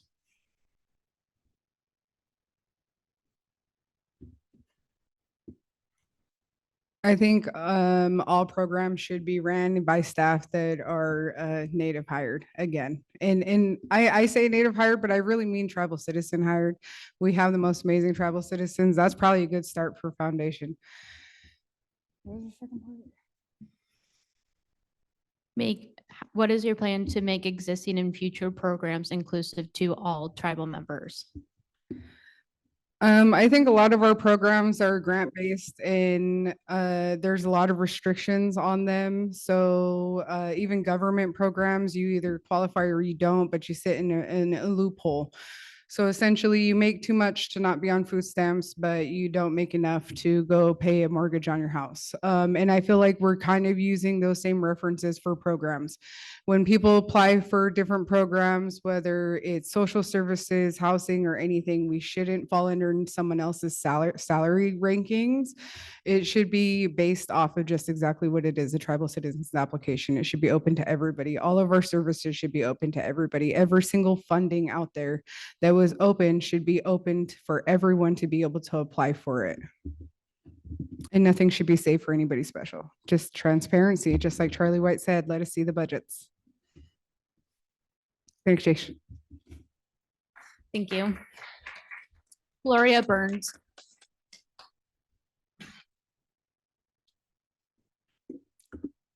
What is your plan to make existing and future programs inclusive to all tribal members?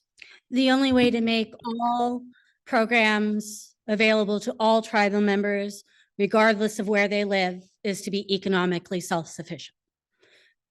Period. That's the only way that we can do that. And you have to know the funding sources and what those funding sources are, and you have to follow them. The great majority of the funds that we get have rules that are not by us. And the way that you change that is they are there in the meeting and you advocate for that change. So we don't have control of our NAHASDA funds unless we change and reauthorize NAHASDA to include a higher income. You have to be there to do that. You have to know the way in which to do it. You have to know that funding source. A great majority of the services that Ketchikan Indian Community offers, everybody's eligible for. The victims of crime money, you don't have to be native to get it. You can access that. The Department of Justice money, you can be from Metlakatla, you can be from Heidelberg, you can be from Craig or Kloak to access that. In order to access the clinic services, you must only be a native according to the IHS standards, and you can use the services in the clinic when you're here. If you want purchased and referred care, then you have to have your address on file and you have to have received services within a certain amount of time. And then you can use those services. So I think it's important to make sure that you know the funding source and then know which agency that you have to go and change that with. And you have to exercise your sovereignty in having those conversations every single day. Every single day, because there are things that because Clinton Idaho offers them in Saxman, we are not allowed to, according to the BIA. The only way to change that is to change the laws, to go back and push forward on that. And you have to be present and you have to be knowledgeable about that. And you have to have a willingness to work on that. But if we want to serve all of our tribal members, we have to be economically self-sufficient. Thank you. Cheryl Yisley. Thank you. What is your plan to make existing and future programs inclusive to all tribal members? Well, I would also agree that transparency needs to be at the first and foremost plan that we have. The good, the bad, and the ugly. Being transparent to our tribal citizens is important so that they know where our tribe stands. I think we need to do a needs assessment. We need to gain the trust and confidence of our tribal members. We need to be exclusive and make sure our programs are accessible. Our programs are not for the elite. They're not for our friends and families. They're not for those we know or who our relatives are. The programs are for everyone in this tribe. We need to exercise our sovereignty and create programs that work for all of our members. And I'm going to give you an example of something that I thought was really great. So a few years ago, we went to the Digwalik Wellness Center. And some of the things they talked about is they pay their utilities for all of their elders that are age 55 and up. What a blessing, right? They require for like general assistance, instead of giving people money, they make sure that you have to have your dental and medical visits done, and they give you food vouchers and provide school clothing for your families. But in order to receive those things, you need to stay up on your appointments and take care of your medical, because when we're not taking care of our physical being, we're really not taking care of ourselves or our tribe. But I do think that we need to start with the transparency, and we need to stop just giving things to our friends, people we know, our family members, because there's a lot of people, even if they have a higher income, we have the ability to exercise sovereignty and create programs that work for them as well. Thank you. Thank you. Carrie Dodson.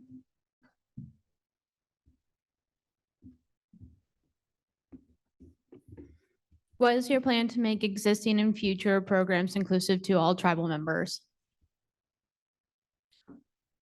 Well, one example is say our tribe goes and does water quality testing. And that program could be used also to go out and set halibut skates and crab traps and do sockeye fishing, beach seining, and be bringing in all of that, the abundance, while utilizing those federal dollars, to do the water quality testing, and how it could be utilized by all of the tribal members would be having classes on how to put up salmon, how to put up dried salmon, how to put up smoked salmon, how to learn just the basic 101 of how to operate a pressure cooker, how to just put up all of our foods. People need to learn how to like dry seaweed. This is, our town here is urban enough where there's a lot of our people who don't know how to put up our own foods. And food is so expensive right now. If you go to Safeway or Three Bears, people can't afford to pay $22 for a pound of halibut. And I believe if we made this utilize and come up with these sort of strategies, we could be empowering our people how to put up food for themselves. And that means that they would be able to share with their family, share with our elders. I think it's very important. Hawa, Ganesh Chish. Thank you. Hillary Reifenberg.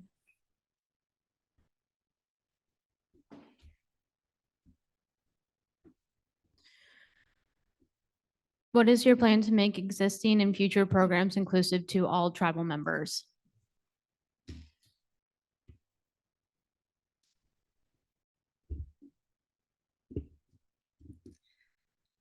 I feel like the qualifications right now that we have set in our policies for eligibility, we have a greater, I'm not sure what the correct term would be, but we allow those with lower quantums in our tribe. So I feel like we have a good qualification for our services already. I really think that making sure that putting everything out there is going to be one of the biggest things. And thanks to Misha, who is the communications. For me, it's going to be being consistent in my generation and making sure that I try to involve everybody that I know, that I can get the word out there, that I can advocate for any kind of programs we have going. That's kind of what I have for right now. Okay, thank you. Thank you, Roberta Hall.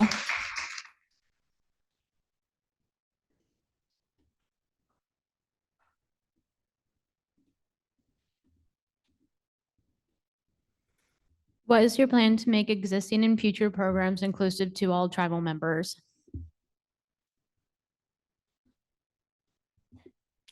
I think the first thing that we need to do is we need to get our clinic fully staffed. I would like to see them get fully staffed, and maybe we have a lot of tribal members who do not come to our clinic. And maybe if we do get fully staffed and we do have medical doctors and people who could take care of our people, maybe we'll get our people back to come to see us and be a part of our clinic and be a part of our tribe if we were all together. Thank you. Ginger McCormick.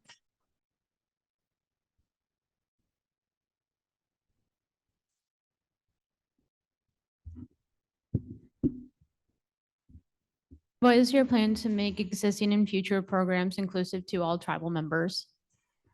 To stay inclusive is the plan. There's a lot of things changing. There's not really a lot of space to leave anything. There's not even space to park at KIC. So it'd be nice if we can be exclusive and kind of push some of those spots out and make them like elder parking. I have a lot of aunties. Only one of them is able to hold a handicap sign. And I would never have any of them run across that street. So we'll start with that. And then everything else is inclusive. Is that we have to come up with some type of agreement with the lower 48 because we have tribal citizens around the United States. We have agreements that we can be living in Anchorage and still receive the equal health care that we do down here. But the second you go to Washington or anywhere else, it immediately stops. And we have to have another way for second opinion. Our elders are getting sick, and the doctors that are here for the couple months that they are keep transitioning and switching them. So we need a solid pharmacy bank, and which that means is like, no matter where you go, whether it's Anchorage or Ketchikan or Seattle, no matter where you go, your pharmacy prescription is right here in your doctor's office, not that you have to deliver it there yourself. So as long as we keep it open, and if we're not being open to those services, we'd be denying ourselves if we didn't have resources to refer those people to help them make those ends meet, because it is true. Healthcare will take you, your dental will take you. It's all very important, but we have to stay inclusive to everybody and make sure everyone's seen, including the people that aren't here locally. Thank you. Lane Siebertson.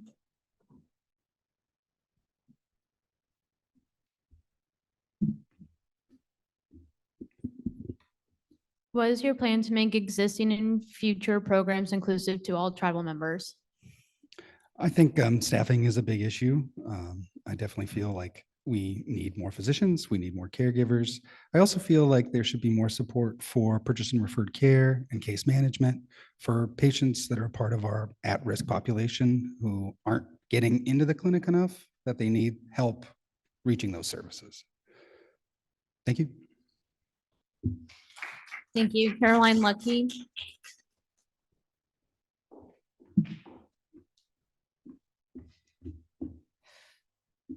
What is your plan to make existing and future programs inclusive to all tribal members? Well, to review the existing policies and establish in partnership with the staff and other colleagues to modify it to work for us.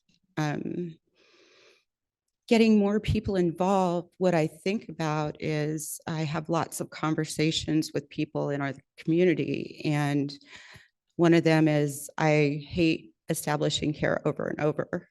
And I've seen that in other facilities I've worked at.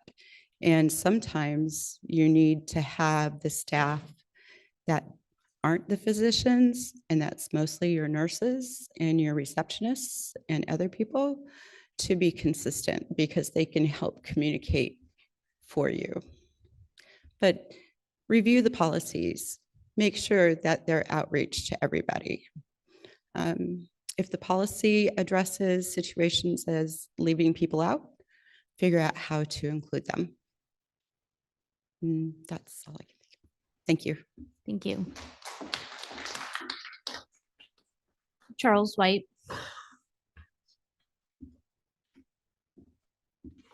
The fourth question is, what are your short and long-term goals if you are elected for tribal council? The goals that Yeah, short or long-term goals. I think there's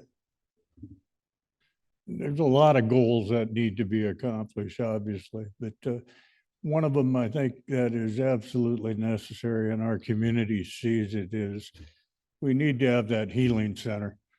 We need, the funding was there. We need to administer that funding. And I hear a lot about sovereignty. Sovereignty is key for tribes, and I'm not one that takes sovereignty lightly. But when we can work with another organization or another entity or another tribe to accomplish our goals, we've got to do that. I mean, if it's going to benefit KIC, the tribal community, then we should be working to get that goal done and completed. We've had funding to work on the healing center for 3 to 4 years now. Our goal is to fund it, to get it done. If we need to have another entity help us with it to get it done, let's get it done. That's my immediate goal, to get it done.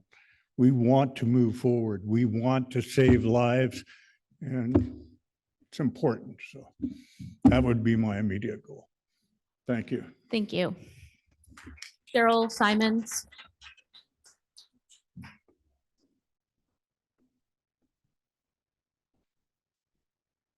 What are your short and long-term goals if you're elected for tribal council? I would say the short-term goals for myself would be to get to work. Even though I've had the privilege to work with previous staff in a capacity like this, it's a different role. So get to work. That's what I do. And work hard for you all. Long-term goals, I would say, addressing the addiction that's going on and allowing a local place where we could have our tribal citizens heal and get better and then go back out into the community as they were before their addictions. As well as addressing the housing. And it's a housing crisis that's going all over Southeast Alaska, and just talking to the leaders and finding these solutions. Thank you. Thank you. Ginger McCormick.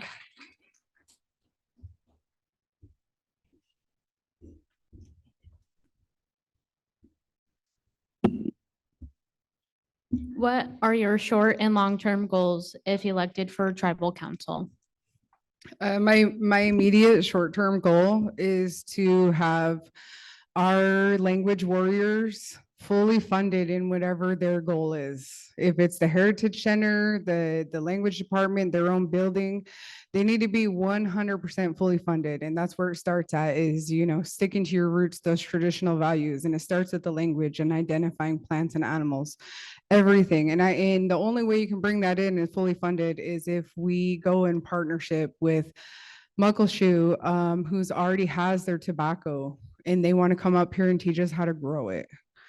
That's all you have to do, is sell tobacco and fully fund our language departments. And that's how you can become sovereign, is these little short-term goals. Long-term goals is that I'd love to see KIC never having to depend on anybody else again, not for a house, not for a sweater, not for a loan, not going to some local company looking for a job because you know you're going to get hired here. You know you're going to have a job here. You know that they're going to have your chopped wood for you, waiting for you, and your heaters and housing. You know you're going to have all that fully funded. Sovereignty is key. Once we're self-sufficient, and that'll also connect to our healthcare as well. That's how a community is healthy, is when we're sovereign over ourselves. And that's my long-term goal. Thank you, Gloria Burns. This is actually a hard question because I could talk about it for 900 hours. I think that the long-term goals of the tribe are in the current strategic plan. Last year, we had a rollout of that in which tribal members, citizens were able to input in what they liked and what they wanted changed.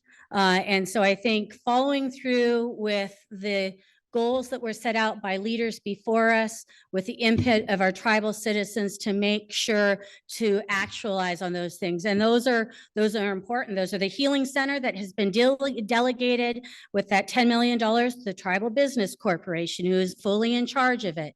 That is the education and cultural training building that there currently is no funding for, but we could explore a 105L lease up at across from the high school. That's the facilities management building that we could use with a 105L lease and be building next year for procurement space. That is a fully functioning NAHA in which adults and youth and everybody is going to culture camp every single day. And those things are listed out in the strategic plan. But I think the short-term goal always has to be retention and a healthy workplace at Ketchikan Indian community. Because if we have a healthy workplace there in which people are being trained appropriately, where they have an HR system that supports them, and that they have all those things that they need for training, all of those things ripple out into our entire community. And so I think it's very important to be focusing on what the work climate looks inside of KIC.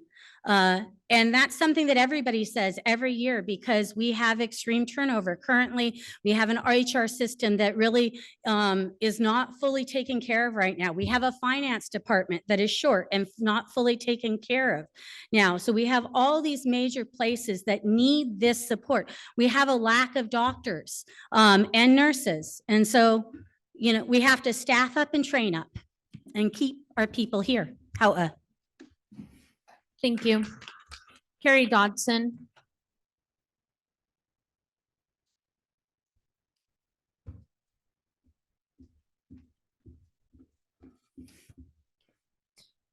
What are your short and long-term goals if elected for tribal council? So, well, my short-term goals would be to be sure that all of our different facilities and programs do a survey for all of our tribal members. And by encouraging them, you know, with filling out a survey that they would be, you know, probably, you know, give them a $50 food voucher. Another short-term goal is to, you know, really work with our department where Mr. Keenan Sanderson is employed. That would be to, you know, get as many kids as possible that want to learn about putting up our foods. Long-term goal would be to be sure that the 34 acres that we purchased at 10 miles out north is put in land into trust. Building a big facility out there where our people can put up their food and you know, have the facilities to put it up. You know, that would be a big part of it, and having the equipment, access to equipment. You know, that would be a long-term goal that would fall in line with a strategic plan. And I guess that's about it for right now. I'm going to be cut off. All right. Thank you. Thank you. Rochelle Hall.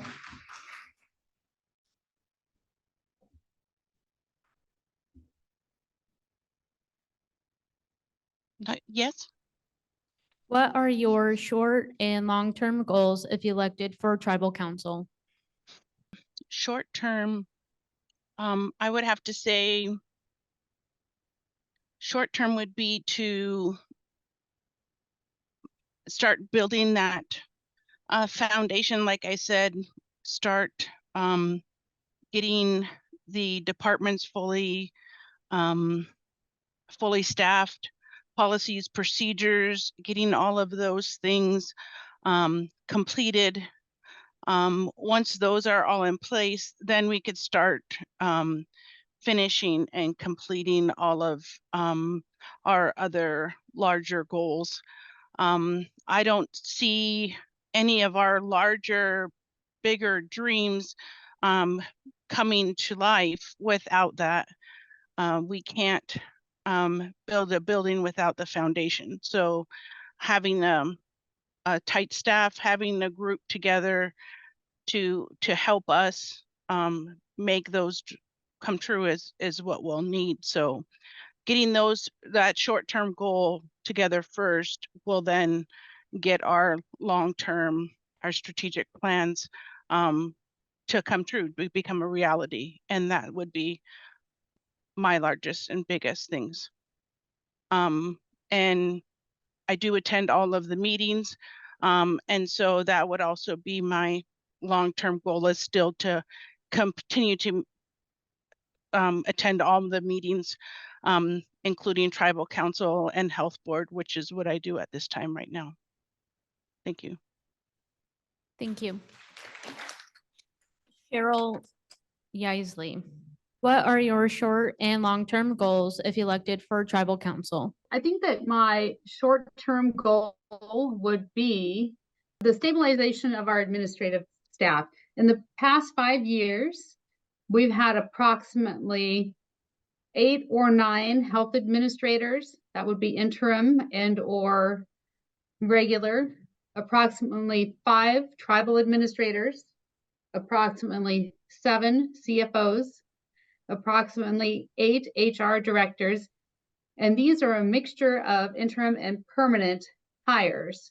Those are pretty staggering numbers. So I think that the short-term goal would be to stabilize our clinic. And then the other short-term goal I would have is to start participating in all of the meetings so I can become informed. And then back in 2019, there was a strategic planning session where we discussed the healing center, and there was a 3-year plan. And I think that needs to be at the forefront. People are dying every day. We have overdoses happening at a rapid rate. We have suicide rates going through the roof. And I think it's time that we address those things. The culture inside KIC needs to be addressed so that we can have a stable work environment and we can have trust there. We need to hire Native hires, and it's my personal belief that we should do local hires and grow from within and offer those positions to tribal members that currently work for us that are qualified, or start growing them and building them up. And the other thing is addressing our homelessness, our mental health, and then the cultural aspects in all schools so that we have representation. Thank you so much.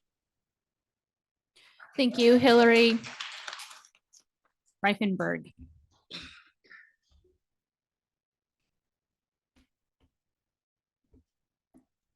What are your short and long-term goals if elected for advisory health board?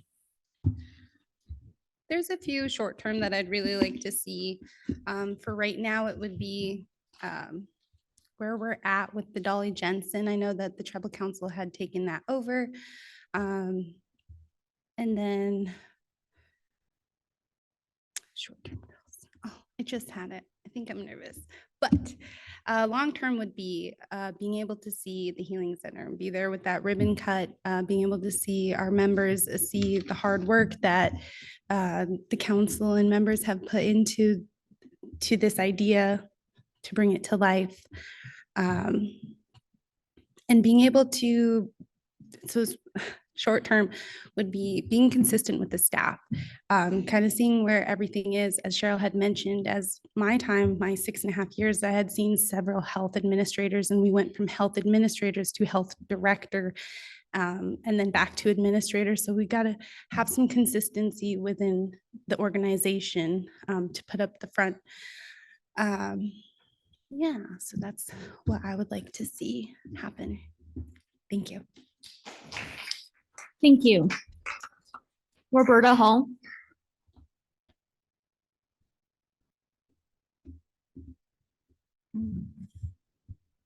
What are your short and long-term goals if elected for advisory health board? I think for me, I think they're both kind of one and the same. I think I've been on the health board for 2 years so far, and I would really like to kind of be more with the tribal council and kind of be working together towards our membership. And the other thing would be, the long-term goal would be to work with the opioid addiction and the homeless. Thank you.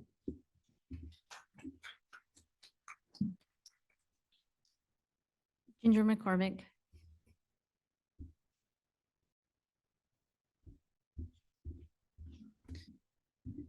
What are your short and long-term goals if elected for advisory health board? Just so we're clear, the Lummi Nation has put themselves in a state of emergency because of the opioid epidemic. I'm telling you right now, it's one of the most things that we need to be focused on now, both on health board and council. It's nothing to mess around with, but my own personal short-term goal is to have, we have prenatal doctors at KIC, but they can't actually see you for prenatal medicine because they're not licensed. And for whatever reason, you can't get an ultrasound in there. And then they give you a referral over to Peace Health. So if you're having any type of complications in that time you don't have a referral, KIC won't see you and neither will Peace Health. So it'd be nice if we can get our licensed prenatal doctors able to exercise all that knowledge because they are some of the best prenatal doctors in Southeast. So it's nice that we have them, but let's just try to keep them. And then my long-term goal is to completely separate the tribe and the clinic.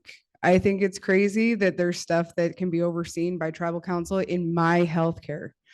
I never voted someone in to take over anything in my healthcare. I voted health board in to see my healthcare.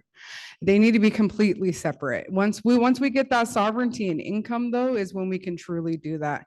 But in my long-term goals, I hope that I can go to the KIC tribal clinic and not run into a council member overseeing the same paperwork. But that's long-term, self-sovereignty, and let's license them prenatal care doctors. Thank you. Lan Sievertson.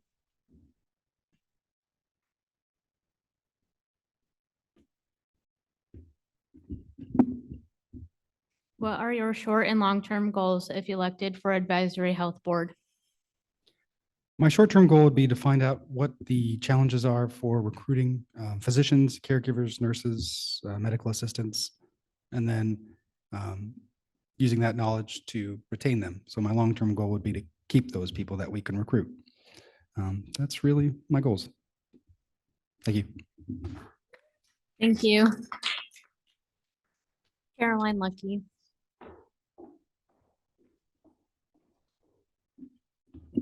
Well, a short-term goal for me would be to establish what's going on at the moment. I am curious to know the morbidity and mortality rate for behavioral health deaths. As a clinician, or a previous clinician, I know that drinking and using drugs is actually a symptom of something else. And identifying what resources we have available. And then long-term is to have outreach to these individuals and a way for them to access support within the tribe. If somebody's having a panic attack and they need to talk to their provider, how do they do that? As I understand it, we can't right now. So a long-term goal is to enhance that relationship. So that's all. Thank you.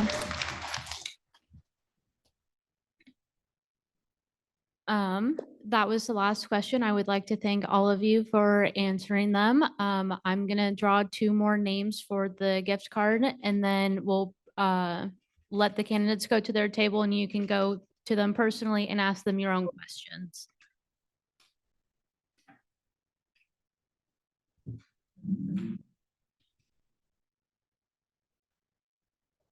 And we will acknowledge the tribal councils members as well. Nathan Corbett and Kylie Guthrie.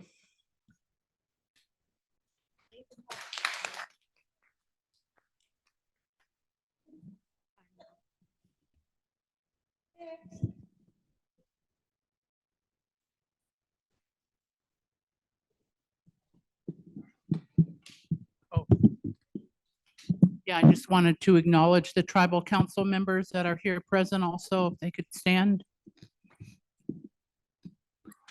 So we're going to have the candidates at their tables, and if you have questions of them and want to chat with them, this is our opportunity. Otherwise, thank you for attending, and we'll see you January 15th.